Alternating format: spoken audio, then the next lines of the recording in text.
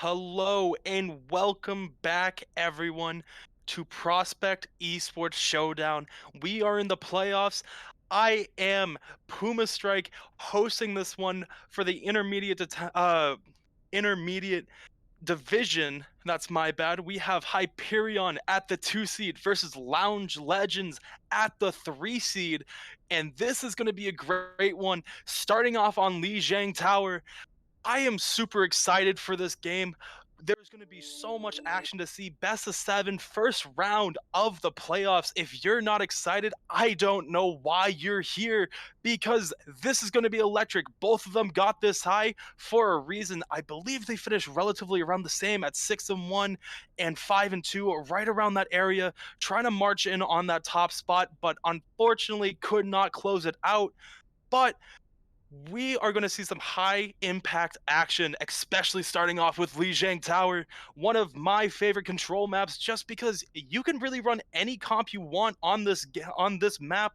There is nowhere to hide, there's nowhere to run to. If you get caught in a rotation and you don't play that correctly, you will be punished. And this is why this is playoffs. We're going to see rotations being punished. We're going to see people get punished for being out of position. And every play matters. In a best of 7 format, you do not want to go down early. And Lijiang Tower, having 3 different maps that you need to at least win 2 of them on, gives you a great feeling to start this series. And I don't know about everyone else, but I think we're just gonna hop right on into it on our side. If you're ready, I'm ready. So here we go. We have Hyperion and Lounge Legends, best of 7, starting Lijiang Tower. And personally, depending on the map, I would like to see a Far probably start off the gate here. But on this one, maybe we'll see a little bit of Brawl. We've seen a lot of Brawl and Rush come out of these 2 comps before, but it's playoffs. You got to be always on your toes here, and you just have to be ready to expect anything, because you may be expecting one thing and they're going to come out completely different.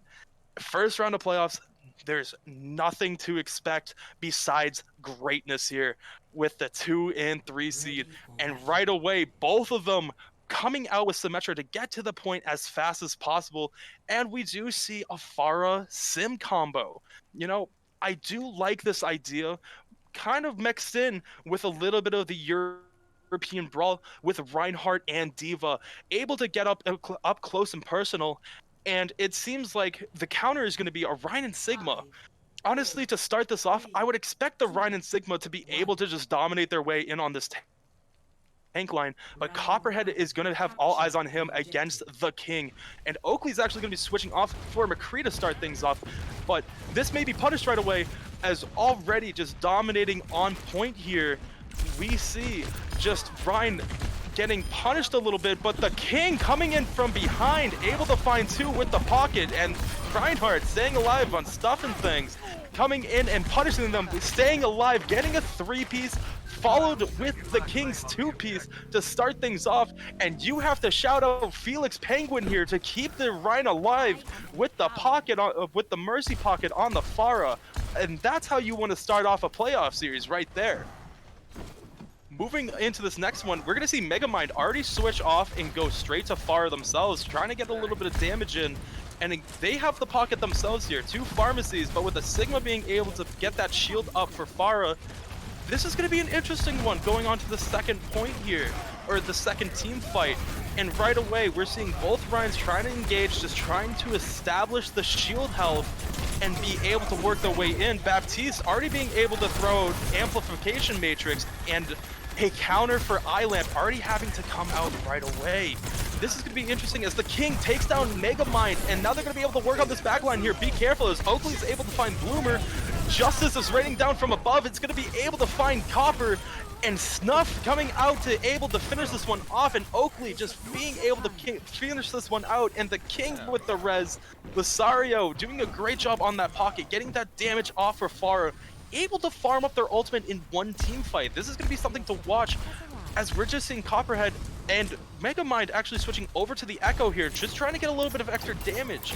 The big ultimate going on to this one is Skriz and Copperhead going to be looking for some form of combo here, as you can just lift that Reinhardt into the air and be able to create the separation needed on that back line. It's going to be interesting to see how they approach here, as the pocketed Echo not able to finish off the King, as the King just kind of slips away.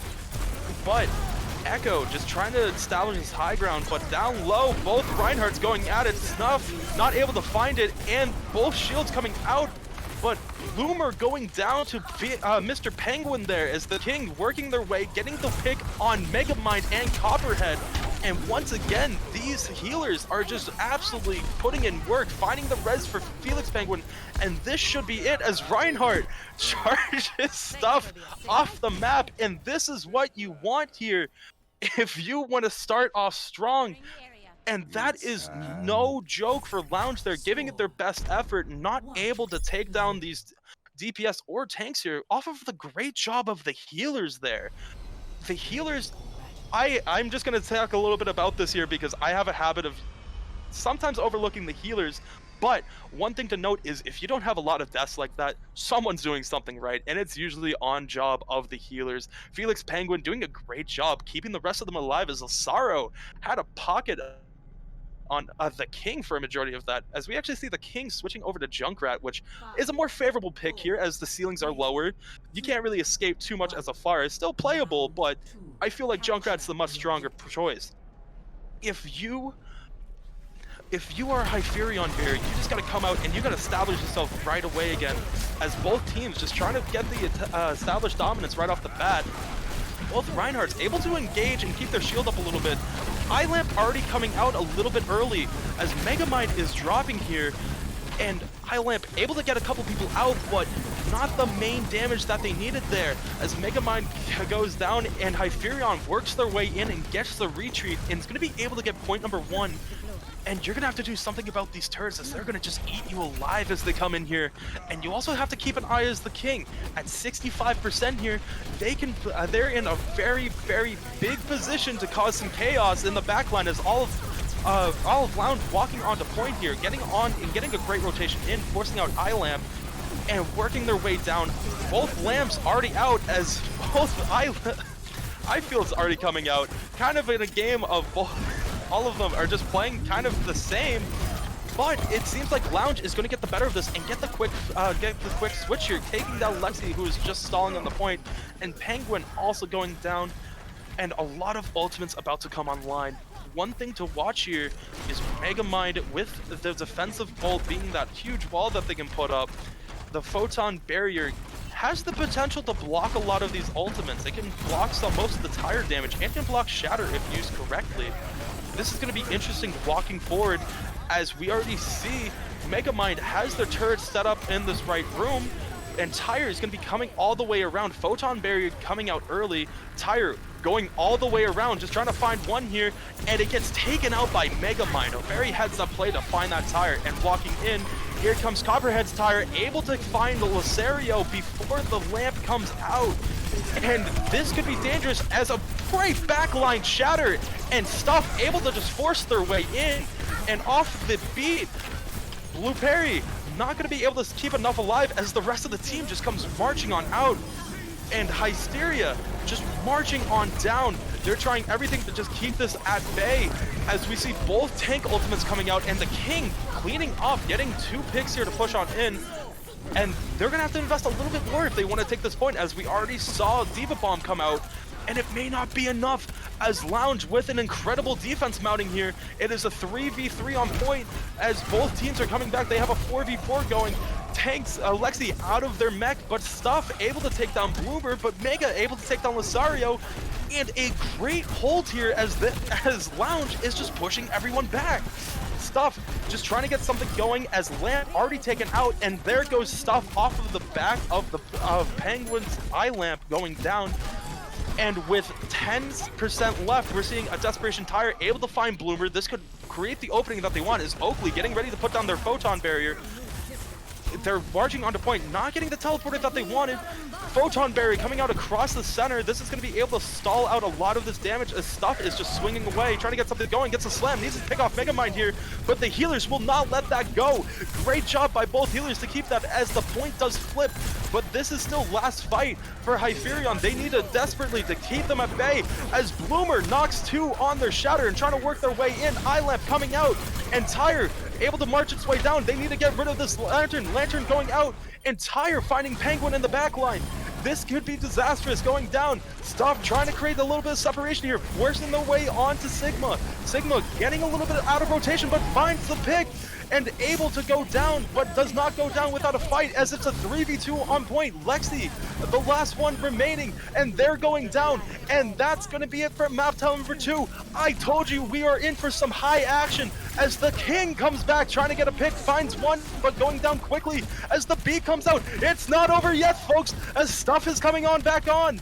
And a great stall coming out here as they're just trying to work their way on. They have to get a touch here as Stuff does not find the hammer, but Oakley's able to find the pick. Diva Bomb coming out. It could be dangerous, but walled off by both shields. And Lexi going down. That's going to be it for map number 2. I lied. Oakley gets a touch, and the King is back, able to find another pick, and they're working their way in. They ultimate, and it's not going to be in time to get themselves down. A valiant effort by the King, trying to work their way in, but that's going to be it. A great map number 2, and we're heading to map number 3 in game number 1. If you're not excited, I don't know why you're here. This is some incredible stuff that we're watching today, and some great ultimate usage out of everyone. That was unbelievable we just watched, and this is going to set the rest of the tone. If you are both teams here, you take everyone, you are going to just sit there and you have to realize how big this next push is, because you cannot go down after you've just fought your way back. Lounge has everything to win right here, and Hyperion has everything to lose after going up 1-0 here. This is a phenomenal way to start, as we see Oakley and the Thing going on to McCree and Farah, and Megamind and Copperhead are going to go Symmetra and McCree to counter. And right away, the King already in a little bit of danger, but Lacerio able to get them out of it with that pocket going. And they're going to need to get a little bit of momentum on Copperhead and Fat Beach to get rid of the King here, who's just kind of working their way into the back line. And watch out as they're trying to work their way onto Copperhead. Copperhead at 1 health needs to get a little bit of assistance here, as Fat Beach also going low on health, and Lamp coming out to keep everyone alive for Stuff and Things and Lexi. As we're walking in, the resources are going to be dwindling thin, as the King going back to the back line, trying to find either Copperhead or Fat Beach, but Megamind is going to be the one taken down off of a nice headshot by Oakley. And they're going to try using this momentum to push themselves in with 20% already gone. Lexi's trying to get rid of the turrets, but doesn't find it in time. And Megamind's turret's going to be able to take this down, and everything just gets blown wide open. And this is how you want to start it if you are Lounge. After a great job on the last map, you got to keep working your way in here. You were able to keep them at bay here on that last push, and now you just got to keep going. Already at 40%, you got to realize that the King has their ultimate here and has the pocket, as we're seeing a lot of shield being expanded for this, as they are trying to get one of these picks and get Mercy's res out early, if not find the pick on Lacerio. But Shatter comes in and finds a 3K, and watch out as Justice comes down once again and finds Copperhead, and everything's coming out in the defensive play, as we're seeing Beat and Wall come up in return. And Stuff going, finding the pick on Megamind, trying to work their way in, but Lexi has to be careful here as they go down from the most damage from the turrets. And if they hold this is going to be quite impressive, as it's just Lacerio, and a phenomenal hold after being shattered and barraged. The Lamp out of Penguin, out of Beach, able to keep them all alive there. A great job by Beach with a heads-up play to keep everyone at bay. And at 90%, Hyperion has to get something going here as they're working their way in. They know it's final fight territory. They have to get rid of these turrets early as everything comes out quickly. Watch out for that damage boost as Felix gets the pick through the window. And they're going to be able to keep everyone at bay as it's just the King on point. And everyone just dropping quickly. The King go down, Lacerio going down, and that's it. After dropping map number 1, they come back and reverse it. And Lounge is going to take map number 1. What an exciting series to start everything off. And one thing to note was the resilience out of Lounge. Their supports played top tier throughout this entire series. Had a little bit of a struggle to start things off, as the King just working their way into the backline. And this is something you're going to want to note going further on, as they're going to definitely come back to this Farah, as they were mostly uncontested throughout this time. That's going to be something to note. But the supports in Fat Beach and Boopy able to just keep everyone alive in just phenomenal phenomenal team play out of everyone. And just so many well placed eye lamps to keep Lounge engaged and not have to worry about ultimates, as everyone got knocked from the shatter, and the barrage came in the backside, but it only found one out of the three knocked people because that lamp was just so well placed and able to keep everyone just actively engaged. And moving forward, I believe this is going to be Hyperion's map pick, and this is just unbelievable stuff we're watching.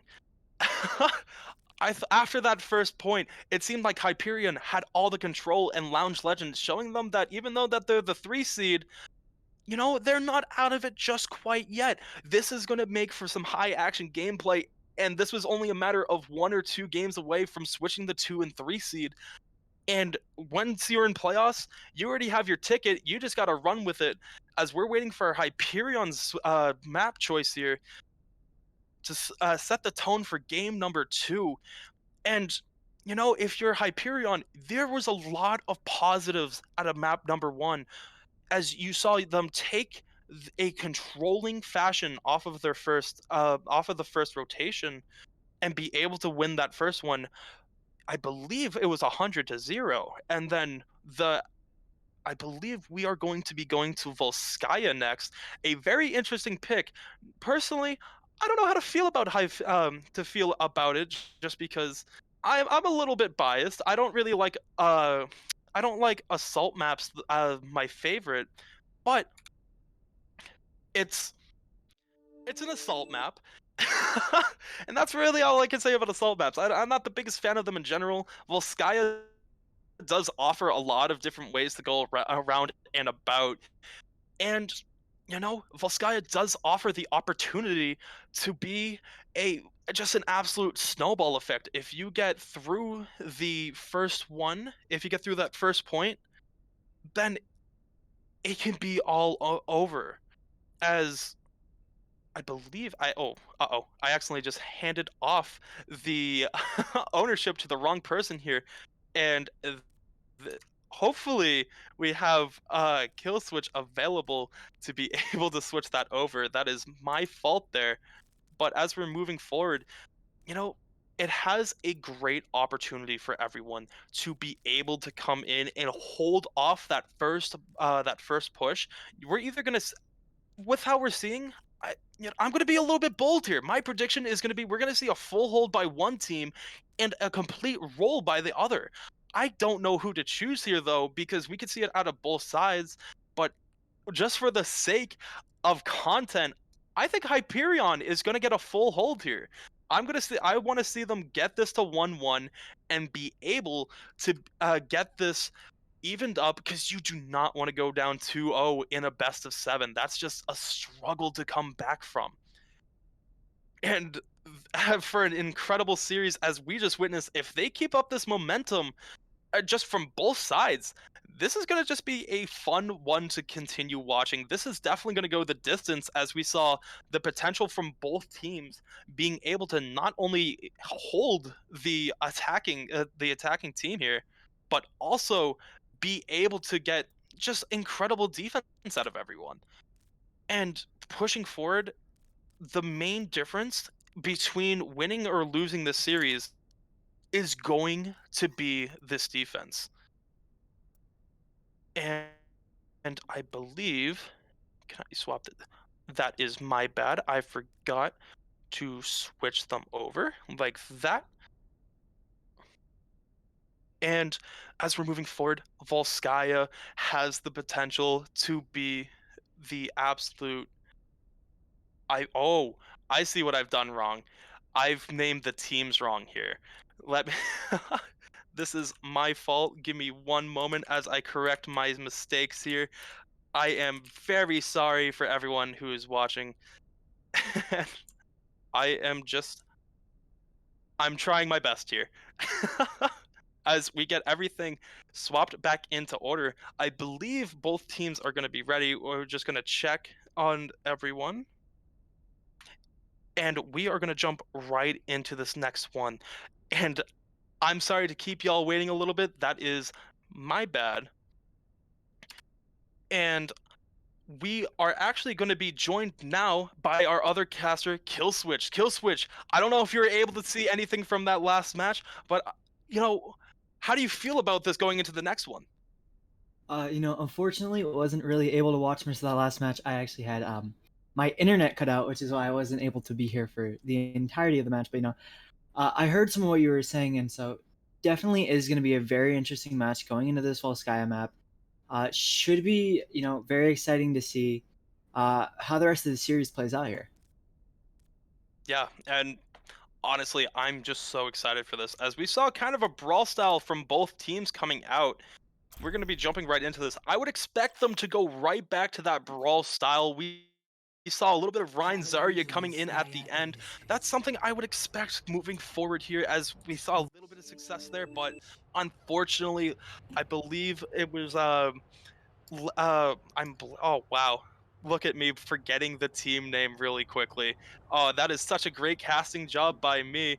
But uh I believe Lounge, haha. I didn't completely forget. That is my fault though. Lounge had moved. I would expect them to come into a Ryan Zarya after having that Ryan Diva mix here. And moving forward, it seems like both teams are going to have some form of Ryan comp as we see him, Millisas come out into Diva here, and I believe we need to swap the specs real quick. Uh-oh. That is, oh boy. It's my first time hosting a lobby. Please don't be too mad at me. I'm trying my best here as I'm going to go into the lobby and be able to switch this real quick. Mhm. One moment. But yeah, here we're actually seeing a little bit of an interesting comp coming out with, it seems, Oakley maybe playing the Genji here. Actually, not going to be locking it in. Going to be swapping over to the McCree for a little bit more of, that hard meta rush comp. And now it's actually going to be Copperhead being the one who is on the Ashe, which, isn't something that you see every day with this rush composition. You typically see more of a McCree being played with that Mei. It gives you that flashbang, gives you a little bit more of that, up close pressure. But it looks like immediately there's going to be this rotation up to that top right side, taking over the Mega Pack, and just holding down there. They're going to wait a second before they start to push out through their resources. But now the fight's going to start 2-2 on the point. And in comes the Dynamite. Not going to be able to actually find anything here. But they're going to try and catch up Melissa's on the side. One thing to watch is you don't want to start giving up that tick a little bit too early, as we see Millisas dropping down, able to get a touch and prevent that to switch on over, and they work their way down, and Copperhead able to blow this one wide open as Bloomer is walking in, and some great freezes out of Mei here, able to just slow them down and be able to just absolutely take that over. Mei with a couple of great freezes to just blow that one wide open and get Copperhead in the back line to just walk in and be able to just get those shots going. Yeah, it was really well timed by them as well. In terms of the timing of that touch, they let Copperhead get those early shots in, let them actually force out the Immortality field coming from Felix Penguin. And as soon as the Immortality field drops, they're able to get rid of it, and they take that fight because they know they're at such an advantage, right? The Immortality field is such a long cooldown and so important that being able to take that fight without it is so big. Stuff and things immediately already going down. A nice isolation coming in from out from Megamind here, and now the King is just left all alone. And once again, just going right back to that incredible defense that we are seeing here. And one thing to note, Megamind able to have their ultimate here, and you gotta play around Lexi. If you get the freeze off, then that's gonna work in your favor, but as long as Lexi is unfrozen and in the fight, you gotta be careful with her defensive matrix and able to eat that ultimate, as a lot of ultimates are online here, and I already know this is going to be a problem as everyone clicks Q. I'm not going to be able to keep up with this, so I'm going to note it now. As they're walking around to this high ground, here they come as everything comes in at once, but Bloomer and Fat able to just blow that one wide open. And that should be it. Off of a 3k Fire Strike, damage boosted, doing around 200 damage per hit. And that is just impeccable timing to just keep that one at bay and be able to keep all your ultimates, having Bloomer, Millisas, and Copperhead and Boop, all with your ultimates moving into this last one. 1 minute remaining on the clock. Expect a huge push here as Yep. Megamind able to get their ultimate off, and all the ultimates coming out again. A little bit caught out of the lamp as Millisas able to find two, and they're just going to keep working their way in. Just both teams trying desperately to flip this in their favor as the King coming in the backline, going to get a couple freezes off if they're able to get this Lucio. That is going to be it. And we can expect maybe one more recontest from Millisas here, but the rest of the team isn't going to be able to make it in time as Millisas is going to have to retreat here, and a great push out here to be able to overtake this. Yeah, so some really great plays there coming out, especially after, Millisas is able to get that big 2K bomb to start the fight off, puts them at like a very big advantage, but then just, the continued push coming in from Stuff and Things, just making sure that even though they are down 2, they're still able to grab a couple of return picks. It goes from, 4v4, they're able to get a couple more, and eventually leave just Millisas on the point, just trying to stall it, but heading into this next fight here, it looks like Lexi actually going to be caught a little bit out of position here. Gets demeched early, and now Millisas dropping onto the point, and out comes that Immortality kill from Felix Penguin. Not quite able to save Lexi, but the window will be able to take out Megamind. And now it's a 2-for-2 trade on the point, but, defensive spawns are good, but Oakley just tearing it up from the backline, shooting through this window. The King finds a couple of extra picks. And now it's just, the point is completely free. Out comes the Big Blizzard, gonna try and stop anyone who gets back on, but there will be no contest here. And just a very nice window coming up from Felix Penguin to, really enable those DPS to get those final couple of picks. I couldn't said it better myself, as we just saw just an absolute rainstorm out of their DPS, able to blow that wide open and take that in a relatively easy fashion. Even though that they lost Lexi early in that fight, Penguin coming in with another great amplification matrix, able to engage Oakley and the King, and right away we just saw that headshot damage just ringing on out, and just be able to just work its way in and just cause all that damage. And I still have the spectators wrong. Oh boy, one moment for me. Yeah, that was definitely a very good push coming out from Hyperion. Like heading into that second point, first point was a little bit rough. There were a couple of fights which, didn't exactly go their way, including, that massive 3-man fire strike coming through from Bloomer. But in the end, they're able to, clutch out that first point, and they move into second, and they just had a couple of nice ultimates which they used early. And even though Lexi ends up losing that mech very early there, they're still able to grab that fight away. They're able to find those picks off the back of that window. And so just really nice play coming out from Hyperion. And, that is my fault. I had the spectator stuff wrong. Once again, I just got that fully fixed here. But moving into this next one, we're seeing a little bit of the same thing as we're seeing Ryan Diva on both sides here. Oakley back on the Ashe. That's going to be one thing to note, as they've just been very dangerous just all around. And Ashe on the high ground could spell a lot of disaster, as we see Copperhead answer with an Ashe by themselves. And moving on up, they're going to just try establishing this high ground and try just keeping them a little bit at bay here, as they just seem to be a little bit successful. But here they come, jumping in full force here, bringing the fight directly to them. Bloomer not getting the benefit there and going down early, as Lexi's able to clean up once again, getting the final blow on Boop.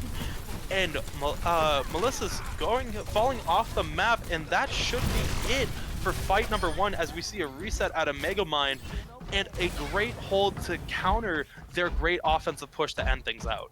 Yeah, that Immortality field was just a little bit too late to save Bloomer there.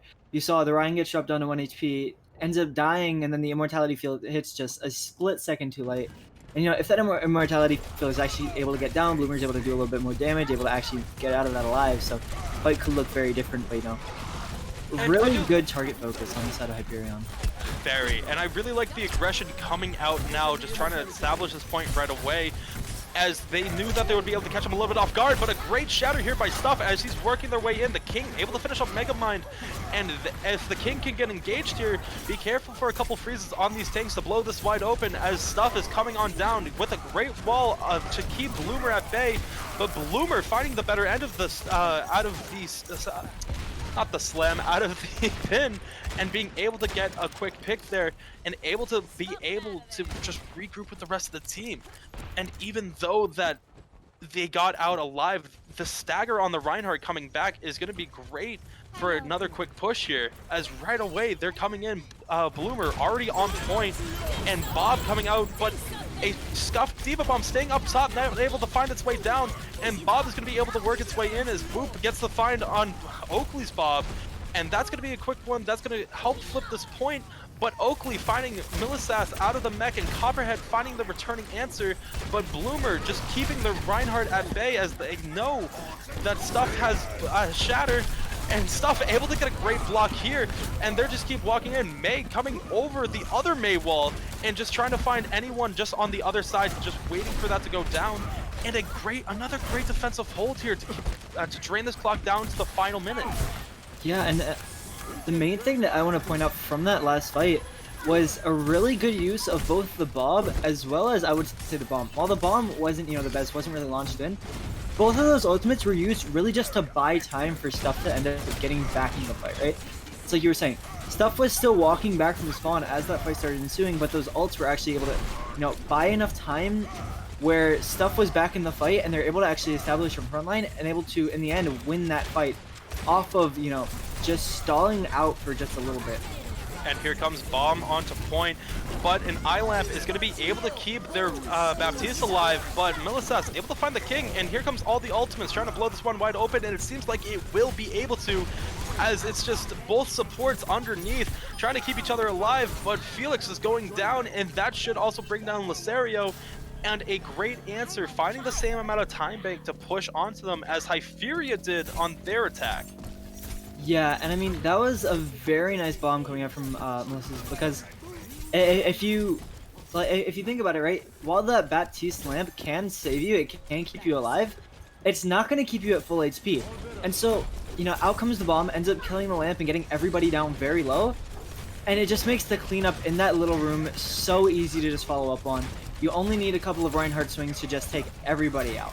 And watch out as Melissa is getting stuck up top, and Lamp not able to come out in time to keep it up on the mech, but going down, and that should be it for this first one. But another Matrix just going down for a 4K shatter, and Bomb coming out on the back end, not able to find anything, but a great 4K shatter out of Stuff to be able to blow that one open and be able to take that defensive hold. Yeah, and to be honest, while it was an amazing 4-man shatter, I'm not sure exactly how necessary those two tank ultimates were, coming out from the side of Hyperion, just purely due to the fact that, both tanks are already dead, right? Both tanks are already dead for the side of Lounge Legends. And I mean, what are they really going to do in terms of muscling their way onto the point? Like, yeah, they have a window to, clear off a sightline, but they can't really force their way onto point after that. They still have to wait for their tanks. So I think maybe a little bit of an over-investment there, but going into this next fight, we'll see whether they would have really wanted them here. And with Lexi getting caught out a little bit up front, we would have wanted that bomb to remech, but unfortunately going to end up going down. Out comes a big blizzard as well as a very nice shatter. Immortality Field dies, and Megamind able to just clean everybody up. The two Bobs are now fighting on point for Bob dominance, but it's gonna be Copperhead's Bob winning out in the end with Megamind taking out Oakley. And now, again, it looks like there's not going to be able to... Actually, no, there will be a stall here coming out from Lexi. Lexi just spinning around on the point. Stuff comes back on that Reinhardt, misses the pin, but the ball just ends up dropping down. Now it's almost the entirety of the team from Hyperion actually back onto the point, and they're able to drop that Blizzard. Melissa's already going down. Fat Beach's Immortality Field dies, and now goes Bloomer and Poop. Both of them already dead. Megamind going to be falling too, and now with Fat Beach getting sent back to the spawn, that's going to be a reset on the side of Lounge Legends. And what a great hold out of Hyperion there, not having that bend don't break defense, able to keep that alive. And with 50 seconds left, this is last fight territory with both teams investing a lot of their ultimates here. Keep an eye on Stuff as they're going to have their ultimate midway through this next fight. And here they come. Oakley is coming out on the Widowmaker. Watch for those quick shots on the back line. And Melissa's able to just push their way up, and they're just establishing this high ground, just trying to find a quick pick here as they're all going high ground, but Megamind falls down, and they're just trying to find a freeze as Bomb comes out and a Shatter comes out from the back line, and Millisas finds two, and this could be danger as they are just working their way on as Stuff finds the pick on Bloomer, and they're just working their way in, trying to get the freeze off on Lexi. Lexi gets demeched off of point, and they're going to be able to wall this off, and that is going to be it. A great heads-up play out of Megamind to get that wall up and not the recontest by Lexi. Yeah, that was such a nice wall, especially considering as the Doomfist was, almost back. If like Lexi is actually able to get on the point there, actually able to get a touch, it means that it stalls at the point for just long enough for that Doomfist to get back. And then who knows how long the Doomfist can stall for. And that's just going to lead to like a chain of events. Very nice wall coming out from Megamind just to make sure that, that point is locked off and locked away for the side of Lounge Legends. And so, really good play from them. And again, it's Melisas coming in with a massive bomb to open things up. Did it on the first point, did it on the second point as well. Able to take out, I believe it was both supports just immediately. And when you have no healing, it's so difficult to actually take these rush fights into a Baptiste because all of the damage that you're trading out with the other team, none of it's sticking on them, and all of it's sticking on you until eventually, your entire team ends up dead, and the other team ends up with the point in their possession. And one thing to also note here moving forward is both teams almost running an identical team comp. The only switch is their hit scan. Oakley on Ash, Copperhead on McCree. This is going to be a battle of dominance as they're going to want to try getting in up and close quickly. And this is where we're going to see how Megamind uses that wall. If they're going to be able to get one or two on a separation, that could be this entire team fight as they only have one team fight given. Already down to 45 seconds. They're trying to make their way onto high ground, but with both teams having a Mei, this is going to be something to be careful of as you don't want to overcommit all at the wrong time. And they are just working their way in now as everyone's just trying to play that game of chicken on the door frame, and enough people are able to get through, and they're going to be able to overtake this high ground. But watch out, because Bloomer had fallen down in the process, and we see Melissa peel for him as well, and Bloomer able to engage on the King and able to find this first pick, and Bloomer able to engage and getting both DPS, finding a third one. Will Bloomer be able to get a fourth as they're just walking in on the Frozen Mei? The Frozen Diva, and they find a fourth, and they find a fifth. They're engaged on everyone, not able to get the 6K, but able to get enough to open this and give themselves enough time going in and being able to take this first point with a minute. That is absolutely incredible stuff, and putting yourself in a nice win condition on a great hold, if you can get a great hold on defense. And we're going to just see them absolutely just storm rush to this next point as they only have 30 seconds in overtime. And watch out, because Bloomer has their ultimate here, and this is going to be one of the only ultimates online that can just absolutely blow this all open. Of course, Copperhead has their ultimate to blow this open too, but Maywall able to bring this one down and not able to find anyone in time. A great heads-up play by the King as the Shatter comes out from able to find all of them, and an answer coming out of Bloomer, just trying to get anything going, but Stuff gonna be the hero off of the back of the King, able to find it, but they're not over yet as Bob's coming out to play, and Millis is on point, but that's it. A great hold there, and a great heads-up play by the King and Stuff. The 1-2 combo, able to get the wall, able to get the separation, able to find the backline Shatter to get all 6, and that is the hold on defense. Such a nice Shatter there, able to grab 6 people on the ground. Just absolutely incredible. Stuff saying, hey Bloomer, you might have gotten 5 kills in that first attack, but I'm gonna grab a 6-man Shatter to just shut that one down. Not allowing himself to be MTD'd in this match. So now we're gonna be going into this attack from Hyperion in this second round of attacks, I should say. But just an amazing combo, like you were saying, coming up from Stuff and the King to just absolutely end all hopes of a second point cap coming in there. And I mean, just a really good offense on point A, I will say. A really nice rotation, especially having that McCree versus the Ashe. You want to rotate up as close as possible to them. You want to get up in their face. And, with Hyperion not really backing off of that top right high ground, they're able to just find a lot of damage up close. And just, Bloomer ends up picking up a couple of kills once they all end up dropping. But that second point, though, my god, stuff just with an incredible shatter. Unbelievable stuff there. I completely agree. And one thing to note is we had a great defense going for them, and that being of Bloomer and squad on their first hold, and this is going to be the second time here, able to get a nice wall there, able to create a little bit of separation and just drain out a little bit of clock as they're already on 3 minutes now. First 20 seconds are gone as they're just rotating high ground, and both teams running similar comps once again. And if you need anything more than, if that's the pick you needed, already beat me to the punchline. You needed to get Felix out of this fight early as they had been doing a great job keeping everyone alive. And Millisas able to work their way into stuff, and Bloomer getting another pick here. And this is exactly what you wanted if you are defending here. You needed to find that pick on Felix to start things open. And before I could even say it, Copperhead just said, "Don't worry, let me finish that sentence for you." Yeah, just really nice shots coming in from Copperhead there. Taking a little bit of a long rotation from Hyperion, which is, kind of what he wanted to do with that Ashe composition, but, the other team has an Ashe as well. You're both kind of just poking at each other from a little bit of a distance until you're ready to engage, and Copperhead just finding enough shots to, end up putting Felix Penguin in the grave. But now that swap is actually going to be coming over onto McCree for Oakley here, as they're going to start pushing up through that left side. And here they come, another wall, able to just set them up on their own terms as they're walking out. Shatter not able to connect, a great block out of stuff there, and they're going to be walking back, and they're going to have their own Shatter here in just a second. And here it comes, and they find another 3K Shatter, and they're working their way in, but Bloop able to keep that all away, and Bloomer able to find a little bit of a pick, but it may not be enough as Lexi is still working onto point with May. It is a 2v2 Tank and May action here. And the King actually gonna be able to survive off of Mega Man, but Lexi getting out of mech, but it forces out the Blizzard here.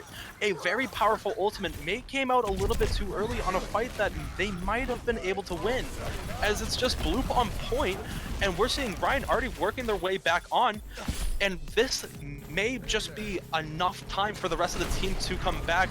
And you just got to jump on this right away as they already have two picks. And here comes the bomb, not able to find anyone. A great lamp out of Felix there. And High Noon coming out underneath, just trying to put this one away. And someone needs to touch here as two come into touch, and Bob coming out to touch as well. And then the King answers by Blizzard, forcing them all to back up a little bit, trying to force everyone off of point. And with 40 seconds left, everyone's investing in this as it's the last fight because they know that this may well be. And Stuff just trying to bully their way onto Megamind here, just trying to find anything, and they're able to find the pick on Megamind. And Millisas is the last one on point once again. They are just trying to stall this one out, but they are going to go down quite early. And after a large investment by both teams, it is going to be the win condition here. We could either have a win or draw with 40 seconds left.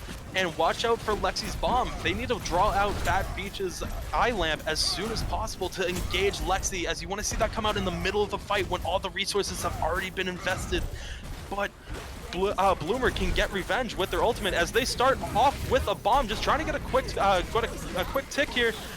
But a nice Megamind Blizzard here, able to just keep everyone at bay off of that bomb.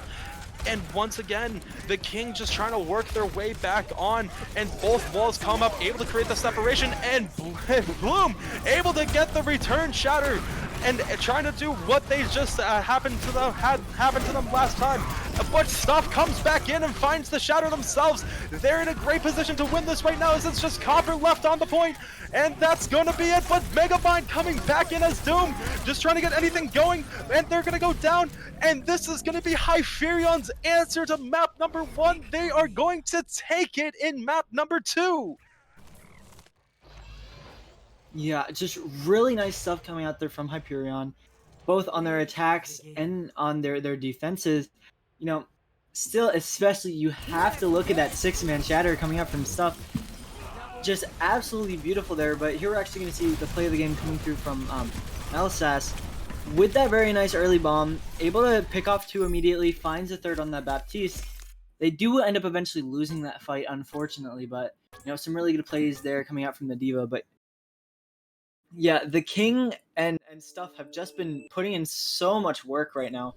So is Felix Penguin, coming out with a Mhm. couple of nice windows and a couple of nice lamps, but really, you just see that May Reinhardt combo being the star of the show so far. In that second map here, some great shatters coming out from stuff, some amazing walls, amazing blizzards coming out from King, and it's going to be really exciting heading into this, heading into this next map because even on Volskaya, it came down to the wire there, right? There were so many times where it was final fight and the attacking team would finally be able to actually cap the point, actually able to push it. I mean, there were, I believe, only around like 5 seconds, Mhm. right? There were only like 4 or 5 seconds left on the clock by the time that point was actually capped. I think it might have even been in overtime. So like very much so down to the wire. A couple kills going in the other direction means a couple more fights going in the other direction. That could definitely be a map which Lounge Legends could have taken. And Yeah. now, especially as we see Lexi having to actually, come out of this match, not being able to play in for this next map, it should be very interesting to see how this, next map actually ends up going for both teams. One thing I wanted to see a little bit better placement out of Lexi's bombs. I understood that they wanted to throw that bomb in early to get that separation, trying to get that quick tick, but that is just such a powerful tool for a mid fight, even late fight, if you're able to just throw that up in the air when Ryan's shields is already very low, and you could probably get a pin after you get eye lamp out. But you know, at the end, Hyperion was able to win that, even though that they came out with that early bomb, and that was just great resiliency out of them. Just not able to yield anyone on that and going down early in that fight, but able to battle their way back into that and making sure that they even this up 1-1 because that is so much easier to moving forward than going down 2-0. Yeah, and I mean, while that early bomb, wasn't able to find any picks or anything, I actually feel like it was pretty valuable there, just purely due to the fact that I mean, you saw it happen, right? They force everybody from the side of Lounge Legends completely off of the point, and they're able to just take complete point presence, almost get that first tick. But then they actually force out that Blizzard from Megamind to just kind of zone them off the point. Because Lounge Legends knows that they cannot drop into Hyperion once Hyperion has taken that position. And it forces out that Blizzard and it forces out, a lot of resources not to protect themselves from the bomb, but to protect themselves from the consequences of hiding from that bomb, right? Mm. And so once those resources come out, it's such an easy just disengage for Hyperion, and then they push right back in, and some nice plays coming out there. So I personally felt like that was, it could have been a little bit better place. Maybe sending it a little bit higher gives you a possibility for a pick and the same kinds of upsides. But I certainly see what Lexi was trying to go for there with that bomb.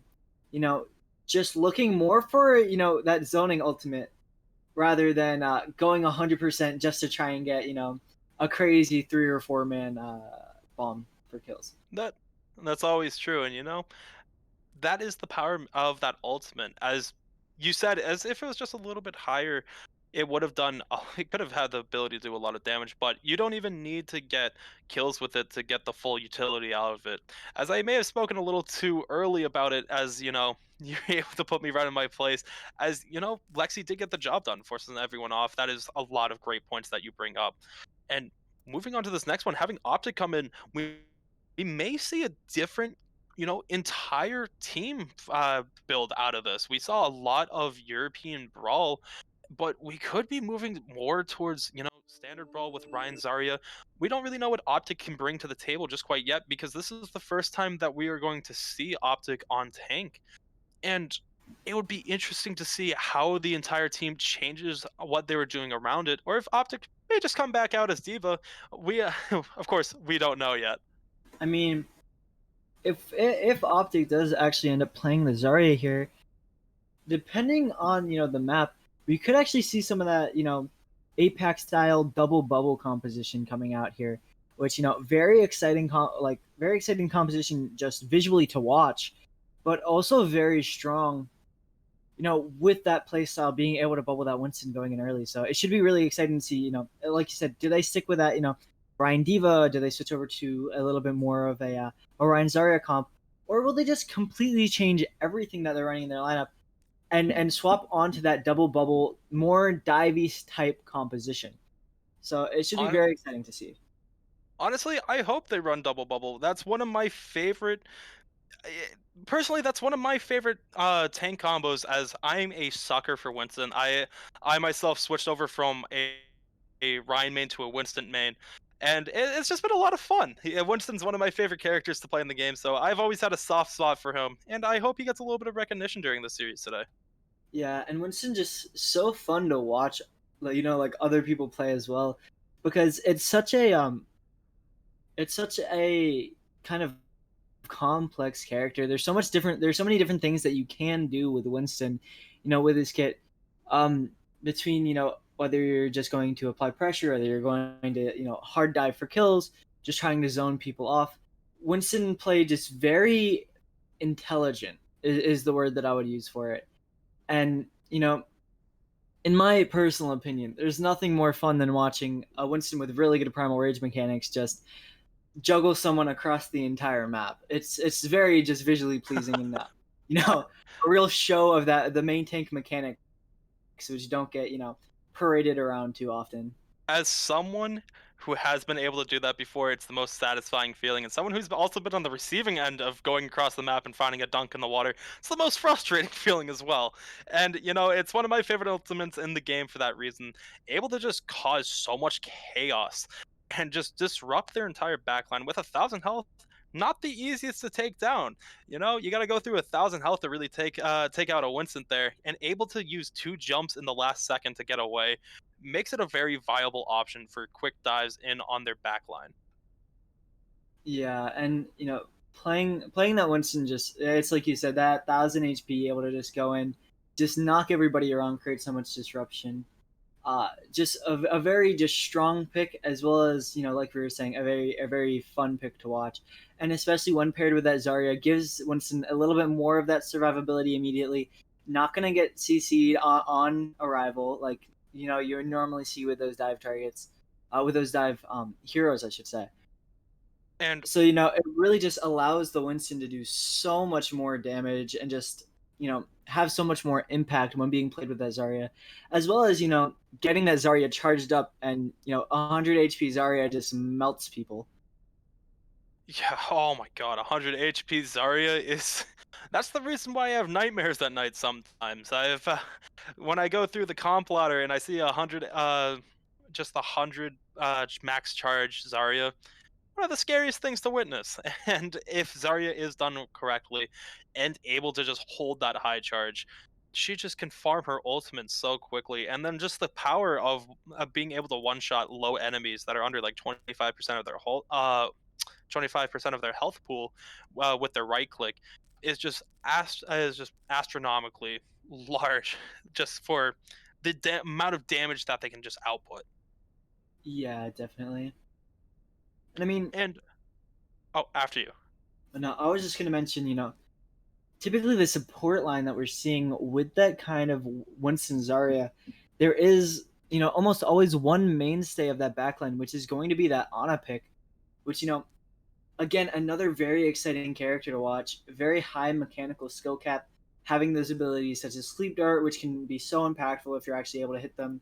Those anti nades, which just completely cut off the enemy team's healing. So, it would be very exciting, if we are seeing that double bubble, to see Welcome how that to Ana this is played as well. Yeah, and right away we're going to be able to initiating just match. dive in and dissect what both teams are going to be running here. Should be a fun one no matter what, as the both teams are going to be trying to vie for that 2-1 series lead on Blizzard World. A very fun hybrid map, as there's just a lot of everything. You have a lot of different high ground opportunities and a lot of great different rotations from high ground to high ground, as you can take the first high ground right on the left if you're defending and rotate all the way back behind Ready for battle. your own objective, and then retake that high ground over there. There's also high ground on the right that you can just have a Ash or Widow or just anyone up there to be able to just rain chaos from over there. But one thing to note is we seem to have Dark Member coming in on the Echo and Oakley already back on that Ashe, as we just seen them just be so devastating so far in the series. Yeah, and it actually looks like we are gonna, like you were saying earlier, be seeing that Ryan Zarya coming out from, Stuff and Optic, playing with that Echo here. So not exactly sure what kind of comp to call this because, they have those very brawly tanks, but have a little bit more of a poke comp once it comes to supports and DPS. So probably going to be trying to play for a little bit of a mix of that, right? You're trying to get that Discord orb on someone, just spam them out from afar, and then have your tanks push on them afterwards. But should be interesting to see how this fares against that, a lot more streamlined, hard, just only rush comp coming out from the side of Lounge Legends. And Oakley did a great job of farming up their ultimate there, already at 42%, as Dark Member's already at 35 themselves, and we're going to see a back post rotation by both teams, as Mei is able to get the separation that they need, and they're just trying to walk on in, but Stuff able to find the way around the corner, and this is going to leave their backline a little bit exposed here, as Stuff is going to be coming up the back steps, and everyone's a little bit separated now. Oakley's just trying to get a little bit of the poke damage out back, and Freeze coming down on Optic, able to take them down from Copperhead and just working their way in, already able to farm with their ultimate and just trying to take things down. But Bob is going to be sitting on the other side of the window, and he could be going down relatively quickly, and he does. But Dark Member just trying to fight their way back in, switches over to McCree, trying to get the hold, able to get the flashbang off on the Diva, and just keeping this at bay a little bit longer. And that's going to be an incredible first hold out of Lounge here. Yeah, just really nice play around that high ground take coming in from Lounge Legends. Stuff not pushing it too aggressively too early, just, playing around that Mei wall, able to keep themselves alive. And as soon as they saw that opportunity, once that engage started, really able to just find a couple of nice picks and clean that fight up. And, heading into this next fight, they also have a relatively impactful ultimate in this window, which can just, stop fights before they begin if used well. Definitely, and Shattered not able to really connect, only able to find one, but Felix Penguin and Dark Member going to be able to clean up with this window now, as they're just working their way in. And as you said, window can be so deadly, and we just saw it live in action, able to just separate and just conquer that team comp. Yeah, and that was a really good fight coming out from them. They invested 2 ultimates, were able to get, that fight win. But now if we look up at the ultimate banks coming in from both teams, while there will be a Transcendence from Lissaru, it's going to be really difficult to actually pick what to use that ultimate on when you have the window, the beat, the blizzard, the high noon, as well as closing on that bomb, and it looks like it's actually going to be an aggressive beat early with that window coming out. Stuff immediately ends up going down, but out comes the grab from Optic. Now can be able to find anyone, and now Copperhead takes out Lissaru. And now more and more people are going to be falling from the side of Hyperion. Dark Ember going to use that copy just to try and, maybe pull this back here, but it looks like that McCree, or at least that fake McCree, is just going to be backing off a little bit. And Dark Ember will be able to escape with his life, but Hyperion will not escape with the point. Lounge able to find a great, just a balance of ultimates that they use, using both support ultimates, but supports get those relatively quickly, especially Beach on that Baptiste seems to have won every single fight. Very impressive out of Beach there, but only expending Megamind really on that entry. You still have Copperhead, and now you have Millisasks here with their ultimate too, as everyone just disregards the payload, and the bomb coming out into the backline, able to find Lazzaru and not able to use that Transcendence on this fight. And here they come, just walking in. Bloomer able to find Stuff, but Dark finds the overextended Bloomer, not able to be healed up just quite enough. And they're going to start peeling back to move this cart as we see Oakley just trying to set themselves up on the point themselves. And able to farm up Bob though, and this is going to be a really nice next team fight, as it should be Hyperion's advantage here. Lazaro needs to get a little bit going with their ultimate, holding on for a little bit too long at this point. Yeah, and you definitely would have wanted that Transcendence either to come out in that first point fight, or the fight that we just saw, both of which actually had, Lazaro going down before that Transcendence was used.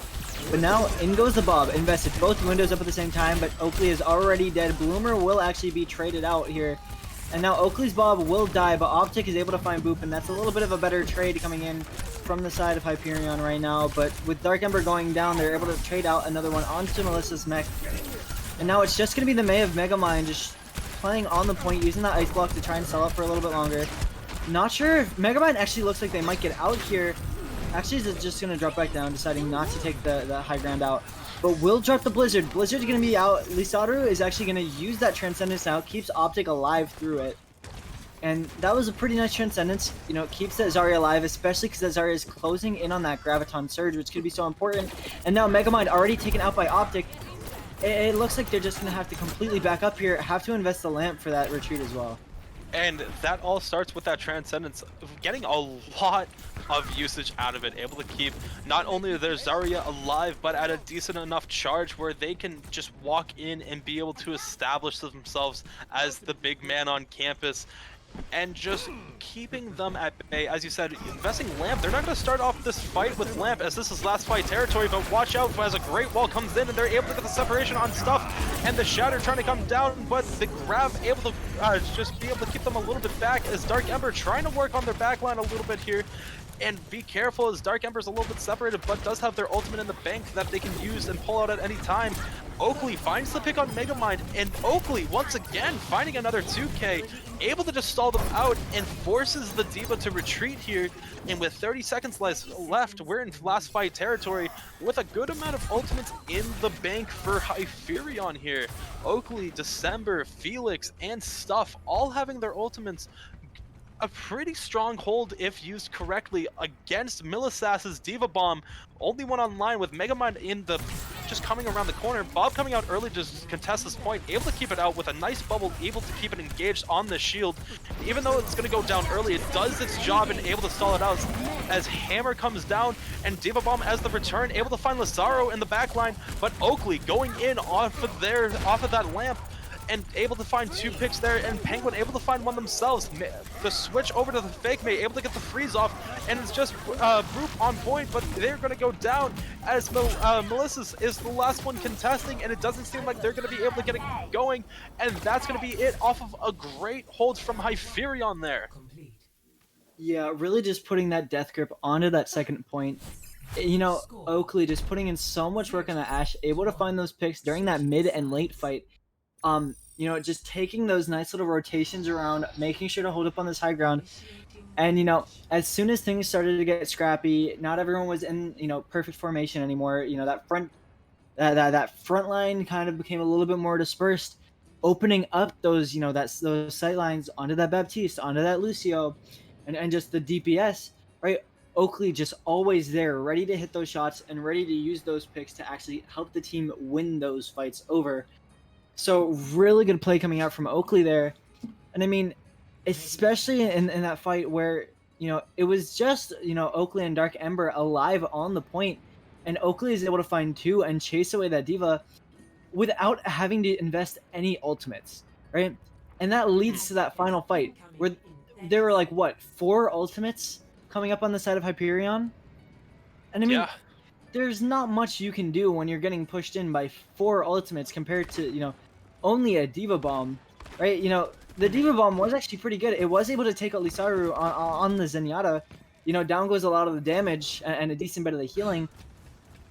But when you have a copy coming through, a shatter coming through, just, you know, absolutely everything getting thrown out of you from Hyperion, there really is not much that you can do in that situation. Yeah, and just absolutely unbelievable work out of that Hyperion defense, able to just get that that push just stopped right to a complete halt. And they're going to try working out here quickly as we see a Orisa and Ryan combo. And if this Orisa can get going, this could be very dangerous as their ultimate's one of the most powerful in the game. And Stuff going down early, even through the Lamp, not able to get down in time. And Lamp going to be able to empower their own team as Copperhead able to come around the corner and find Felix Penguin, able to wrap that one up, and able to find Dark Ember 2 on the switch to Hanzo here. Trying to go a little bit more aggressive, but a great hold to start things off out of Lounge to start it off.